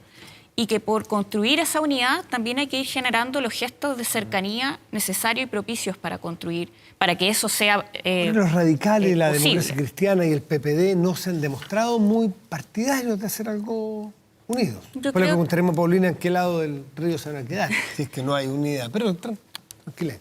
A mí me parece que hay que agotar todos los esfuerzos posibles para demostrar que primero hay voluntad de construir esa unidad y quizás en esos términos también sea más, exista más condiciones también para que eso se concrete, en términos de las listas, pero también en términos de la construcción de gobierno. Y en eso también se construye territorialmente, se construye en el diálogo con las distintas instituciones que son parte del gobierno y también el diálogo de las fuerzas políticas. Y yo también quería ahí responder un poco lo que plantea Diego. Yo me siento absolutamente representada por el trabajo que ha realizado el ministro Mario Marcel. De hecho, estoy en la Comisión de Hacienda y creo que la defensa que ha realizado, primero, de la reforma tributaria, una reforma que además me interpreta completamente, respecto a lo que aspiramos también para el país, ¿cierto? Desde una justicia distributiva que se haga cargo de las deudas del Estado, que se haga cargo además de poder comprometerse a cubrir económicamente las necesidades y los derechos sociales. Yo no tengo ninguna diferencia al respecto. En materia de la reforma de pensiones, una reforma que además es construida por los distintos actores que son parte del gobierno. En esa reforma, esa no es una reforma de prodignidad, es una reforma que interpreta las distintas fuerzas que son parte del gobierno. De hecho, es más, el subsecretario Larraín, a mí me parece que ha hecho una pega increíble en incorporar distintas visiones dentro de esa reforma, no solamente a la posibilidad de contar con un seguro social, sino también hacerse cargo de que exista esta visión individual de los fondos. Oye, no, muy breve, si es solamente para comentar dos cosas de lo que decía Gael. La primera es que creo que, yo no estoy invitado a esta fiesta, pero creo que a Prodignidad le hace falta explicar una cosa.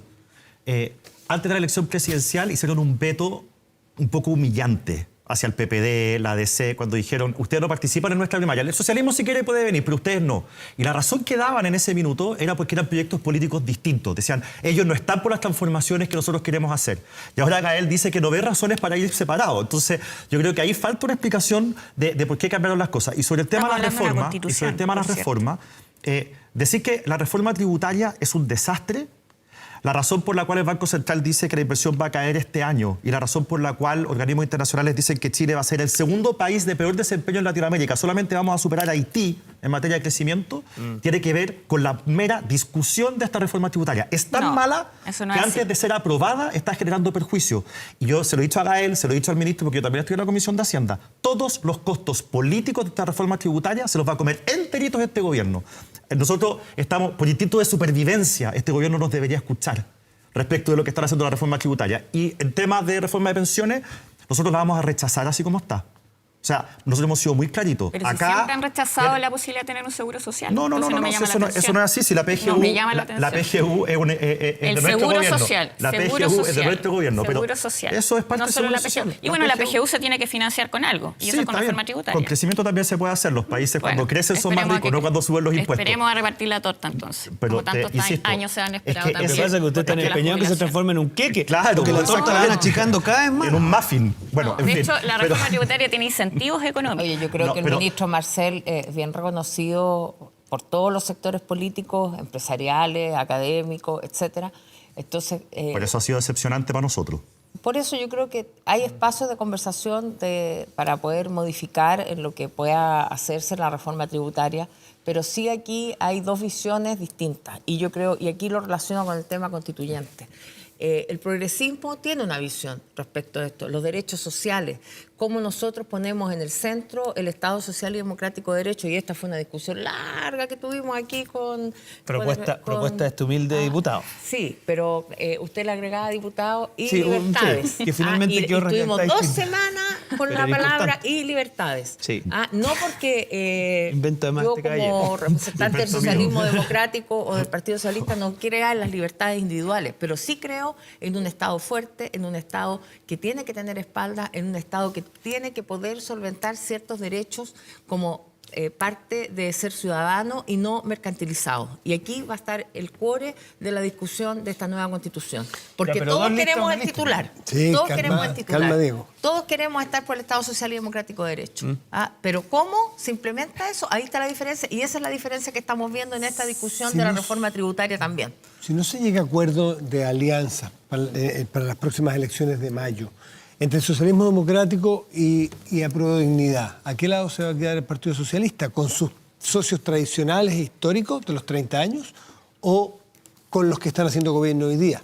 Bueno, mira, nosotros hemos tenido esta discusión en nuestro partido y creemos, por lo que acabo de manifestar, que la amplitud de las fuerzas políticas del progresismo debería ir en unidad, desde la democracia cristiana al Partido Comunista. Lo hemos señalado, lo hemos reiterado por resoluciones de mesa, etcétera. Nosotros vamos a tener nuestro consejo el día sábado y es evidente que para que esto sea posible, las otras fuerzas políticas también tienen que estar disponibles. Yo no puedo obligar a la democracia cristiana, al PPD o a otras fuerzas a ir en una sola lista. De manera tal que si se da esa, digamos, realidad de que vayamos en dos listas, el Partido Socialista tiene que tomar una posición y nosotros tenemos una historia, una trayectoria y fundamentos que trascienden a las vicisitudes, a los problemas actuales. Tenemos una proyección también y la decisión será si nos mantenemos en esta... Es difícil decisión esa, ¿no? No, es que yo creo, al menos la posición... ¿O ves salvable la unidad? Mire, la unidad no pasa por el tema electoral. La unidad pasa por lo que ha dicho la ministra Toá hoy día, de tener un pacto común de gobierno donde todos estemos incorporados en las decisiones, donde todos nos sintamos también partícipes, no solo de los cargos, sino que de la toma de decisiones, lo que decía Gael recién, en los territorios, en la seremía, y no son cupos, no son cargos. Yo no lo quiero llevar a eso, sino que realmente a que haya un proyecto común construido en unidad, porque aquí lo que ocurrió fue que el gobierno partió en marzo del año pasado con un proyecto en el que nosotros nos incorporamos como cuadros, como ministros, etcétera, pero no logramos construir un proyecto común. Nos adherimos a ese proyecto. ¿Siente, Gael, que hay desequilibrio, como dijo Paulina, en el gobierno hoy, la fotografía de hoy, en perjuicio, si se quiere, del ala más del socialismo democrático que ha ido entrando, es evidente, ¿no es cierto?, con más fuerza en el gobierno? Yo no creo que se trate simplemente de un tema de cargos que además No, es de está claro definición equilibrio de ideas. pero como para aclarar ese punto. Pero sí me parece que es importante que la construcción de unidad la llevemos a cabo desde el diálogo político. Y yo creo que en eso hemos ido avanzando, por cierto. Y también quiero reconocer los gestos que se han hecho de lado y lado, ¿cierto?, para ir construyendo esa unidad. Porque efectivamente veníamos de historias distintas. Y la unidad no se decreta, ¿cierto? Y en eso creo que hay voluntad para poder seguir avanzando, sobre todo de cara a los desafíos que tiene el país. Y por eso te decía, en particular, yo me siento representada por la gestión que han hecho los ministros, independientes, ¿cierto?, de qué lado de la vereda se encuentran. No hay ministros y ministros. No, para mí lo que hace el ministro Mario Marcel me representa políticamente. Lo que hace la ministra Toá también. Y creo que en ello no he encontrado diferencia. ¿Quieres cerrar, Diego, con algo? Sí, muy breve. Si la gran pregunta al final es si el gobierno va a funcionar al modo indulto, es decir, al modo de pequeñas minorías o al modo mayorías. Y eso se tiene que expresar en todo. Se tiene que expresar que en la agenda previsional se escucha a los afiliados y por lo tanto se escucha la necesidad de que se mantenga la propiedad de sus fondos. En materia tributaria se escucha a las pymes y no a los técnicos de Apruebo Dignidad. En materia de delincuencia se escucha a las víctimas. Entonces la pregunta es, ¿vamos a tener un gobierno al modo indulto o al modo mayoría? Esa es la pregunta. Esa es la dicotomía que quiero plantear, pero te No, planteo no, otra. no, Te planteo al otra. modo indulto. ¿Van a seguir Va a con la cerrar música Paulina que les breve. pone el Partido No, Republicano bailamos o van la a música tomar de la la gente. propia? Sí, porque si están planteando una alianza amplia en que incorpore el Partido tranquilidad en el Republicano, horizonte. les gusta hablar de Tranquilidad en el nosotros horizonte. nomás, pero no del Quiero lado de que- ellos, ¿cierto? Que quede claro la posición del Partido Socialista en esto. El Partido Socialista ha dado muestras permanentemente de su lealtad con el gobierno, de su trabajo al servicio no del gobierno, sino que de las grandes ideas y motivaciones que nos mueven. Vamos a seguir en eso. Y la unidad y la lealtad con el gobierno no están en duda. O sea, creo que independientemente de si vamos en una lista o dos listas, como digo, reafirmo la voluntad de que el progresismo nos unamos, pero por una visión de fondo. Aquí no, el tema electoral es secundario. El fondo es lo que tiene que primar. Ahora, puestos en la decisión, si tenemos que seguir en 2 listas, la posición personal mía y que es la que voy a defender ante el Consejo nuestro el día sábado, es que tenemos que continuar como socialismo democrático porque el gobierno tiene 2 ejes hoy día. Uno es el socialismo democrático, otro es el de apruebo dignidad y tendremos que seguir por ahora en esa senda hasta que no se construya un pacto de mayor unidad, que podamos avanzar a la coalición única eventualmente, pero el Partido Socialista va a estar siempre lealmente apoyando al gobierno. ¿Quieres cerrar con algo, Guillermo? Sí, no, simplemente decir que el gobierno tiene que hacer buen uso de las mesas. ¿Por qué digo esto? Porque las mesas no son para dilatar, no son para limar asperezas internas, son para llegar a grandes acuerdos. Así como nosotros decimos no a la mesa de seguridad, porque lo único que hace es dilatar el envío de proyectos que son urgentes y necesarios, nosotros le decimos al gobierno, estamos disponibles para hacer una mesa, así como lo hicimos para conversar el tema constitucional en materia de pensiones y en materia tributaria. Lamentablemente el gobierno no ha acogido esa idea y solamente usa las mesas para esto otro. Para limar asperezas internas y para dilatar temas que le complican. Y yo creo que ese no es el camino y estamos disponibles a ayudar al gobierno a inventar el rumbo. Gael. Sí, pero ponen mesa, no hay que bajarse. Gael, Guillermo. Para eso no tienen que haber indultos. Paulina, Pero si 13 personas pusieron la mesa y se la llevaron al hombro. Nos quedan varios días para seguir trabajando por la unidad de la lista. Porque vamos a hablar sobre las bandas internacionales que están operando en Chile o que estarían operando en Chile, Connie. ¿Están operando las llamadas maras del Salvador en nuestro país? Una de las preguntas que se instaló durante esta semana en momentos además donde el crimen organizado se ha convertido en una preocupación fundamental de primera línea. Las cifras hablan de un aumento radical de homicidios en el norte de nuestro país. En Arica concretamente, según el último informe de Carabineros, aumenta en un 50% su tasa de homicidios. Para hablar de este tema estamos en contacto con el fiscal regional de Arica y Parinacota, Mario Carrera. Fiscal, ¿cómo está? Muy buenas tardes. Hola, muy buenas tardes. Un saludo desde Arica. Bueno, lo saludamos, ¿cierto?, desde Arica, la ciudad de la eterna primavera, para preguntarle, claro, cómo está la situación. Y primero le quería preguntar si nos podía hacer una especie de radiografía de cuáles son las organizaciones de crimen organizado, digamos, las organizaciones criminales que están operando en Arica. Bueno, podríamos partir con una radiografía de lo que ocurrió el año pasado. El año pasado tuvimos una explosión en lo que significaba el delito de homicidio. La tasa incluso es mucho mayor que la que anunciaba Carabineros, porque la cifra de Carabineros va solamente en aquellos procedimientos en los cuales participó esa institución. O sea, el aumento, pero el aumento entonces es mayor que el 50% en los homicidios del año pasado. Sí, es mayor y la tasa es mucho mayor. Carabineros en su informe anunció una tasa de 6.1 y la tasa que nosotros tenemos registrada de acuerdo a nuestras cifras en la región de Arica para el año pasado es de 16,1. Por lo tanto, es muy superior y está al nivel de las mayores del mundo. Esa es la parte compleja del año pasado, pero si dividimos al año pasado en dos, o sea, el primer semestre y segundo semestre, se concentran en su mayoría en el primer semestre los homicidios. Luego tuvimos una baja sostenida el segundo semestre y hoy, por ejemplo, en el mes de enero no llevamos ningún homicidio en la región de Arica. A igual fecha del año pasado llevábamos 7 homicidios. ¿Qué fue lo que cambió? Bueno, los procedimientos que fuimos verificando. Recordemos que en esta región, en la causa vinculada a Tren de Aragua, por ejemplo, los procedimientos que comenzamos el 16 de junio del año pasado, ya tenemos a 45 personas en prisión preventiva solo de esa organización. Yeah. Y de otras organizaciones o vinculadas al crimen organizado tenemos más de 100 personas entre el año pasado y lo que vamos de este año. Por lo tanto, nosotros entendemos que ahí hay un punto que explica en parte la disminución. Quiero decir en parte porque efectivamente esto es multifactorial, multicausal, perdón, y así como hoy día tenemos una disminución notable en el número de homicidios, esto puede variar de una semana a otra. Son cuestiones que tenemos que ir analizando en el día a día. Claro, de hecho, si vamos y avanzamos un poquito hacia el sur, hacia la región de Tarapacá, la situación es justamente la opuesta de lo que se está viviendo y lo que usted nos relata en Arica, ¿cierto? Ahí, en los primeros días del año 2023, ya llevan 8 homicidios, lo que es un aumento enorme comparado, digamos, con igual mes del año pasado.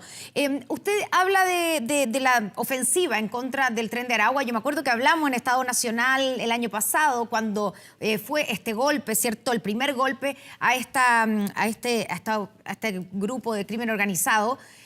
Pero después se reactivaron, ¿cierto? Se rearmaron y la semana pasada apareció nuevamente un golpe en contra de una especie de célula del Tren de Aragua que se llamaban los gallegos. Entonces, le quiero preguntar, ¿cómo siguieron operando? ¿Cómo es el seguimiento de una banda como esa? Que claramente no basta con tomar detenido a un grupo importante porque tienen la capacidad para volver a rearmarse incluso desde la cárcel. Sí, correcto. Y recordar que ellos tienen sus máximas autoridades, por así decirlo, fuera del país. Entonces, basta con que esas máximas autoridades envíen nuevo contingente y desde ahí comienzan a rearmarse. Nosotros asumimos, y fue un poco polémico esto cuando lo dije el año pasado, cuando habíamos desbaratado, no sé si te acuerdas, el año pasado.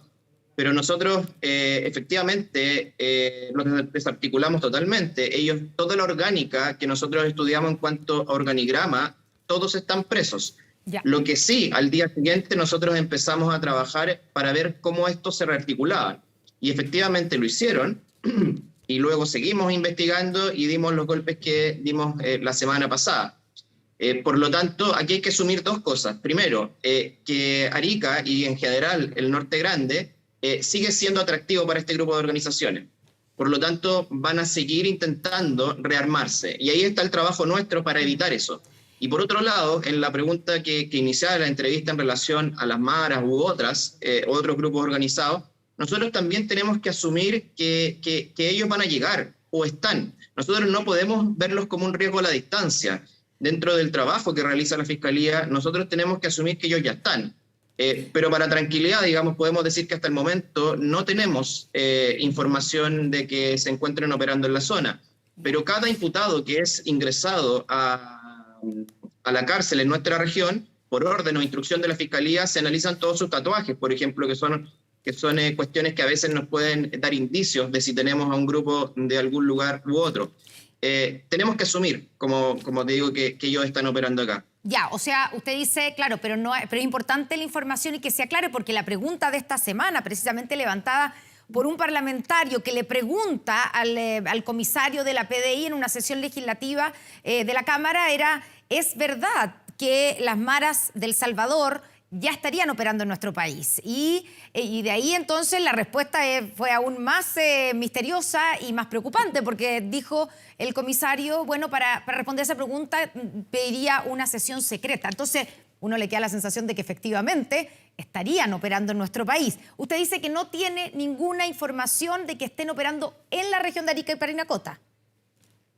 Así es, no tenemos información, pero asumimos que perfectamente podrían estar, y quiero que se entienda bien esa diferencia. Nosotros no podemos ver en un mundo globalizado y con lo que significa el norte de Chile para el crimen organizado a nivel mundial, porque tenemos una posición absolutamente estratégica. Si usted quiere dedicarse al crimen organizado a nivel mundial, tiene que tener una oficina de enlace en esta zona. ¿Por qué, básicamente porque estamos al lado de dos países productores. Usted tome el globo terráqueo, vea como cualquier negocio, ¿cierto? Hay que verlo efectivamente como un negocio. Usted tiene acá dos de los principales proveedores de droga del mundo. Por lo tanto, es evidente que si usted quiere operar y además incluso blanquear sus operaciones con una bandera de un país cuyos puertos son mejores a nivel internacional, bueno, la Arica, Iquique y Antofagasta son efectivamente lugares primordiales para las distintas organizaciones. También, por ejemplo, es una línea directa para Paraguay, en el caso de Tarapacá, y así lo hemos visto en cuanto a los distintos procedimientos que se han realizado. Por lo tanto, la verdad es que nosotros tenemos que estar muy atentos, disponer de muchos recursos y entender que trabajamos para mafias que se operan globalmente. Ya. ¿Y cuáles sería, porque usted dice, tenemos que partir de la base o asumir que ya están operando las maras en nuestro país? Digamos, tenemos que asumirlo y por lo tanto tenemos que tomar una serie de precauciones o investigaciones. Como usted dice, revisar, por ejemplo, los tatuajes, que es una de las características y sellos, ¿cierto?, en el caso de las maras del Salvador. Pero, ¿qué peligros tendría que esa organización en particular estuviera operando en nuestro país? ¿Es peor, digamos, que el Tren de Aragua? ¿Es igual de malo? ¿Por qué nos asusta tanto, digamos? Sí, lo que ocurre es que son más vistosas este tipo de organizaciones, como Tren de Aragua o como las maras, por ejemplo, porque parte de su filosofía es mostrar lo que hacen. Se graban, por ejemplo, no tienen ningún problema en actuar a plena luz del día, no tienen ningún problema en actuar frente a alguna autoridad. No así otros grupos que han operado con anterioridad y que son más silenciosos, que cuando hay mayor policía, cuando hay mayor número de homicidios, incluso ellos entienden que es malo para su negocio, porque los exponen. Este grupo o este tipo de grupos tienen una naturaleza distinta, porque se basan en el temor que causan en general en la población. Entonces, desde el punto de vista de la sensación de seguridad, obviamente que este tipo de grupos afecta mayormente. Como contrapartida son, entre comillas, más fáciles de investigar, porque van dejando más huellas en su quehacer diario, digamos, de organización. Pero efectivamente, para las labores de la ciudadanía diaria, son grupos mucho más peligrosos porque ostentan, digamos, de la violencia como su arma de temor, para infundir temor. Y además tienen prácticas más violentas que lo que estamos acostumbrados aquí en nuestro país. Sí, en el quehacer diario son de prácticas mucho más violentas y además no son como el tradicional sujeto que se dedica al narcotráfico que uno lo ve o que uno estaba acostumbrado, donde empieza a comprarse un vehículo, empieza a vestirse mejor, empieza a comprarse algún tipo de propiedad. Estos sujetos siguen viviendo en la miseria misma mientras actúan y mandan dinero para otro lugar. O sea, en definitiva, actúan como verdaderos soldados que están ejerciendo una labor en un lugar determinado. Entonces, eso los hace más peligrosos porque tienen menos apego, efectivamente, a los distintos bienes, cosas que pueden ir generando con su actividad. Fiscal Carrera, buenas tardes. ¿Cómo está usted? Le habla Matías del Río desde acá. Fiscal, hola Matías, muy buenas tardes. En la conversación que estaba teniendo con la Connie recién, usted mencionó y hablaron sobre el desbaratamiento progresivo que ha ido teniendo en su zona, en Arica, en junio, ahora en enero, recién hace un par de semanas, y usted dice que por ahora aparentemente están un poco bajo control, entre comillas, sin bajar los brazos naturalmente. Mencionó la cantidad de personas que están detenidas. Quiero ir al factor o a la cárcel como punto de atención, porque uno presupone que estando en la cárcel son personas que están bajo la custodia del Estado, están controlados, por ende uno presupone que están fuera de la acción delictual. Pero también sabemos en la realidad que en Chile hoy eso no es así.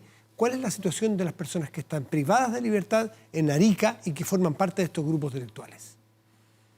Bueno, es una muy buena pregunta porque ha sido todo un tema con Gendarmería, cómo trabajamos a estas personas al interior, cómo las mantenemos al interior sin que se hagan más fuertes.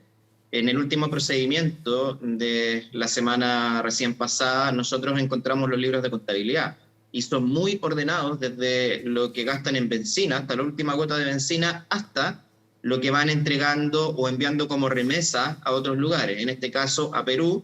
Pero lo más preocupante es que también están marcadas las remesas que estaban mandando a la cárcel.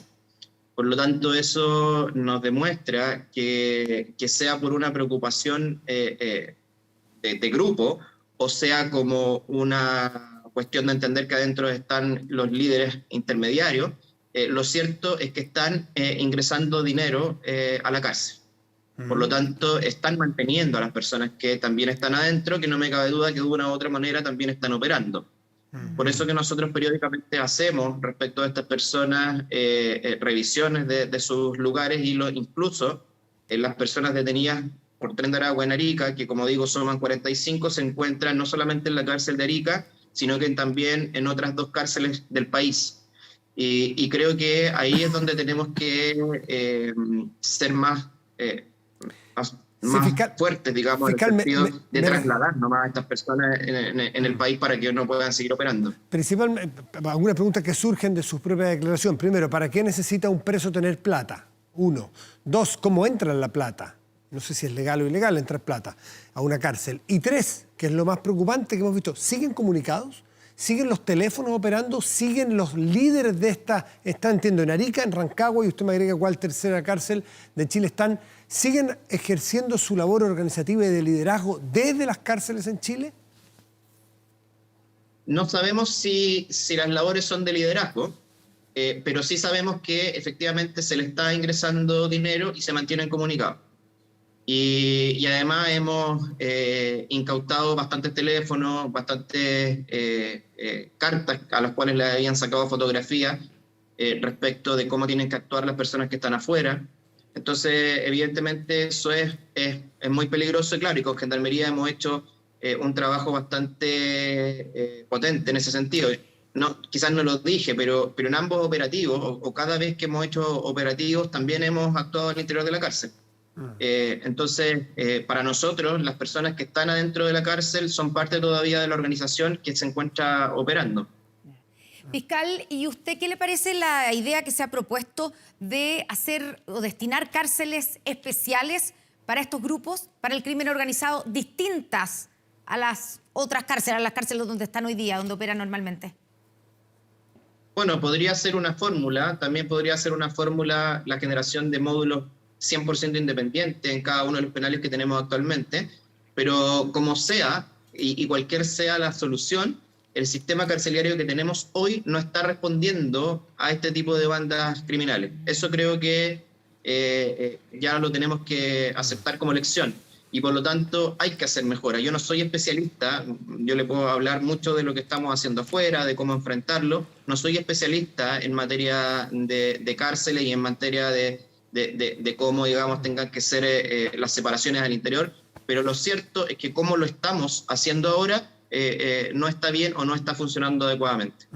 Fiscal, cuando ustedes hicieron la primera operación grande en junio contra el Tren de Aragua en Arica, nos dimos cuenta, supimos por todas las declaraciones, en la breve entrevista que usted nos dio aquí, en que había de alguna manera el Tren de Aragua superado o había controlado el territorio respecto de otras bandas o carteles locales. Si usted logra retirar con cierto éxito al Tren de Aragua en la zona, ¿qué ha pasado con los otros grupos más chicos delictuales que en su momento se vieron superados y que ustedes le liberaron ese yugo delictual que tenía el Tren de Aragua sobre ellos? ¿Han florecido? Bueno, esa es una cuestión que nosotros estamos observando. Nosotros, cuando realizamos estos procedimientos, en la semana siguiente esperamos algún tipo de reacomodo, y por eso muchas veces hay un aumento en los delitos del tipo de homicidio o en algún tipo de balacera. Afortunadamente, esto no ha sido así hasta el momento, en este mes, después del último procedimiento. Así que no es una respuesta que pueda dar hoy. No tenemos todavía antecedentes de que se estén reagrupando, no tenemos antecedentes también de que estén operando otras bandas para ganar esos espacios, pero reitero, en todas estas materias nosotros tenemos que actuar de manera vigilante y pensando siempre en lo peor, porque efectivamente eso nos mantiene más preparados. Disculpe una cosita, fiscal Carrera.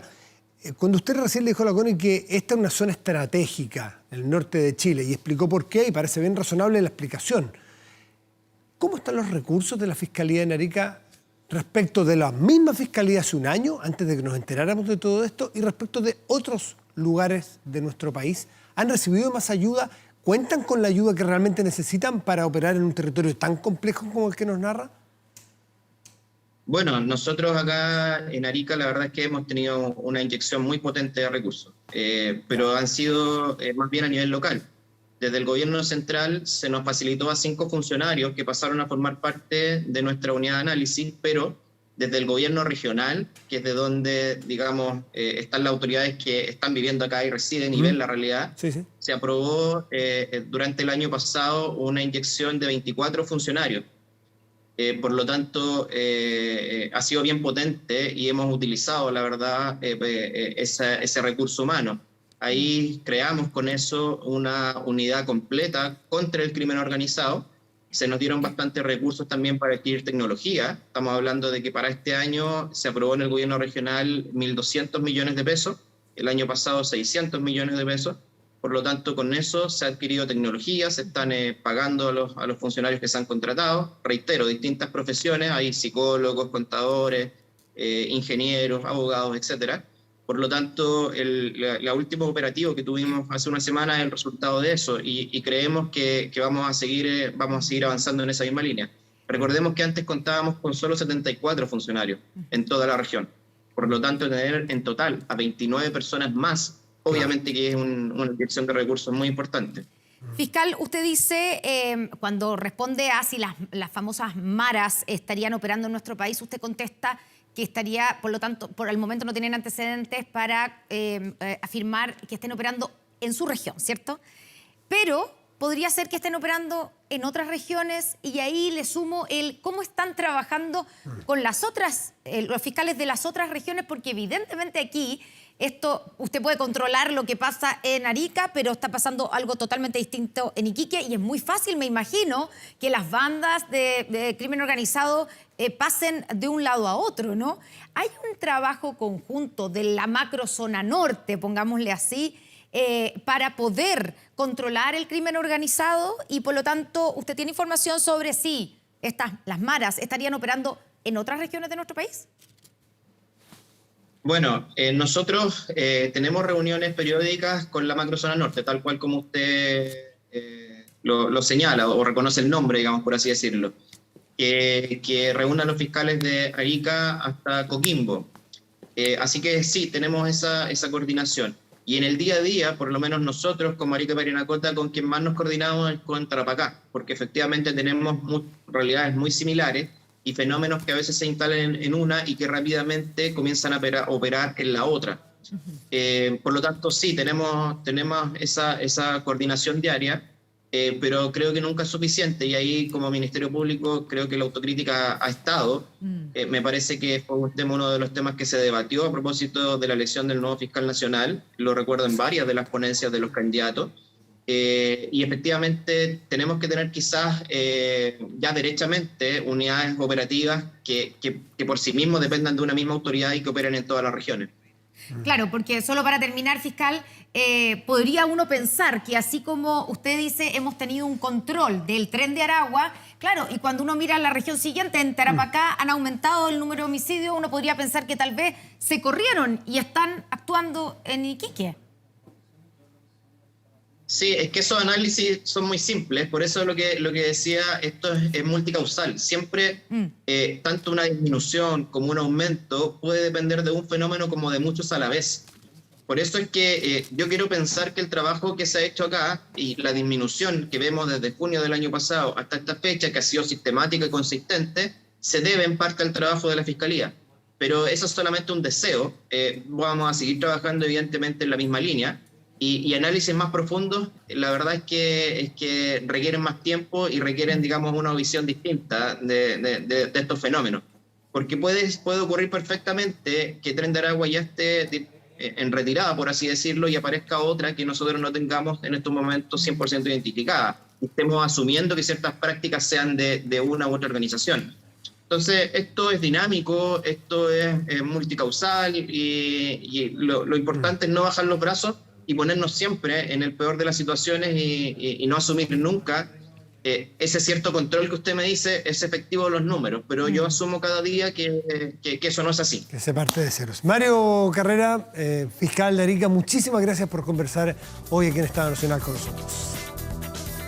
No, y muchas gracias a ustedes por la invitación. Muy buenas tardes, muchas gracias. Hoy faltan segundos para la 1 de la tarde. Terminamos aquí nuestro programa. Y cerramos la temporada del año y les agradecemos mucho la atención, la preferencia y la compañía. Volvemos el domingo 5 de marzo. Ya estamos... ¿Estamos los invitados ya? Sí, ya. No les voy a revelar quién está invitado para ese día. No se lo pierda. Pero ese domingo a las 11 de la mañana, 5 de marzo, a la vuelta de las vacaciones, nos volvemos a encontrar aquí en Estado Nacional. Que tengan un muy buen verano y una buena pausa y volveremos en marzo con muchas ganas. Ya vienen las noticias. Chao, gracias.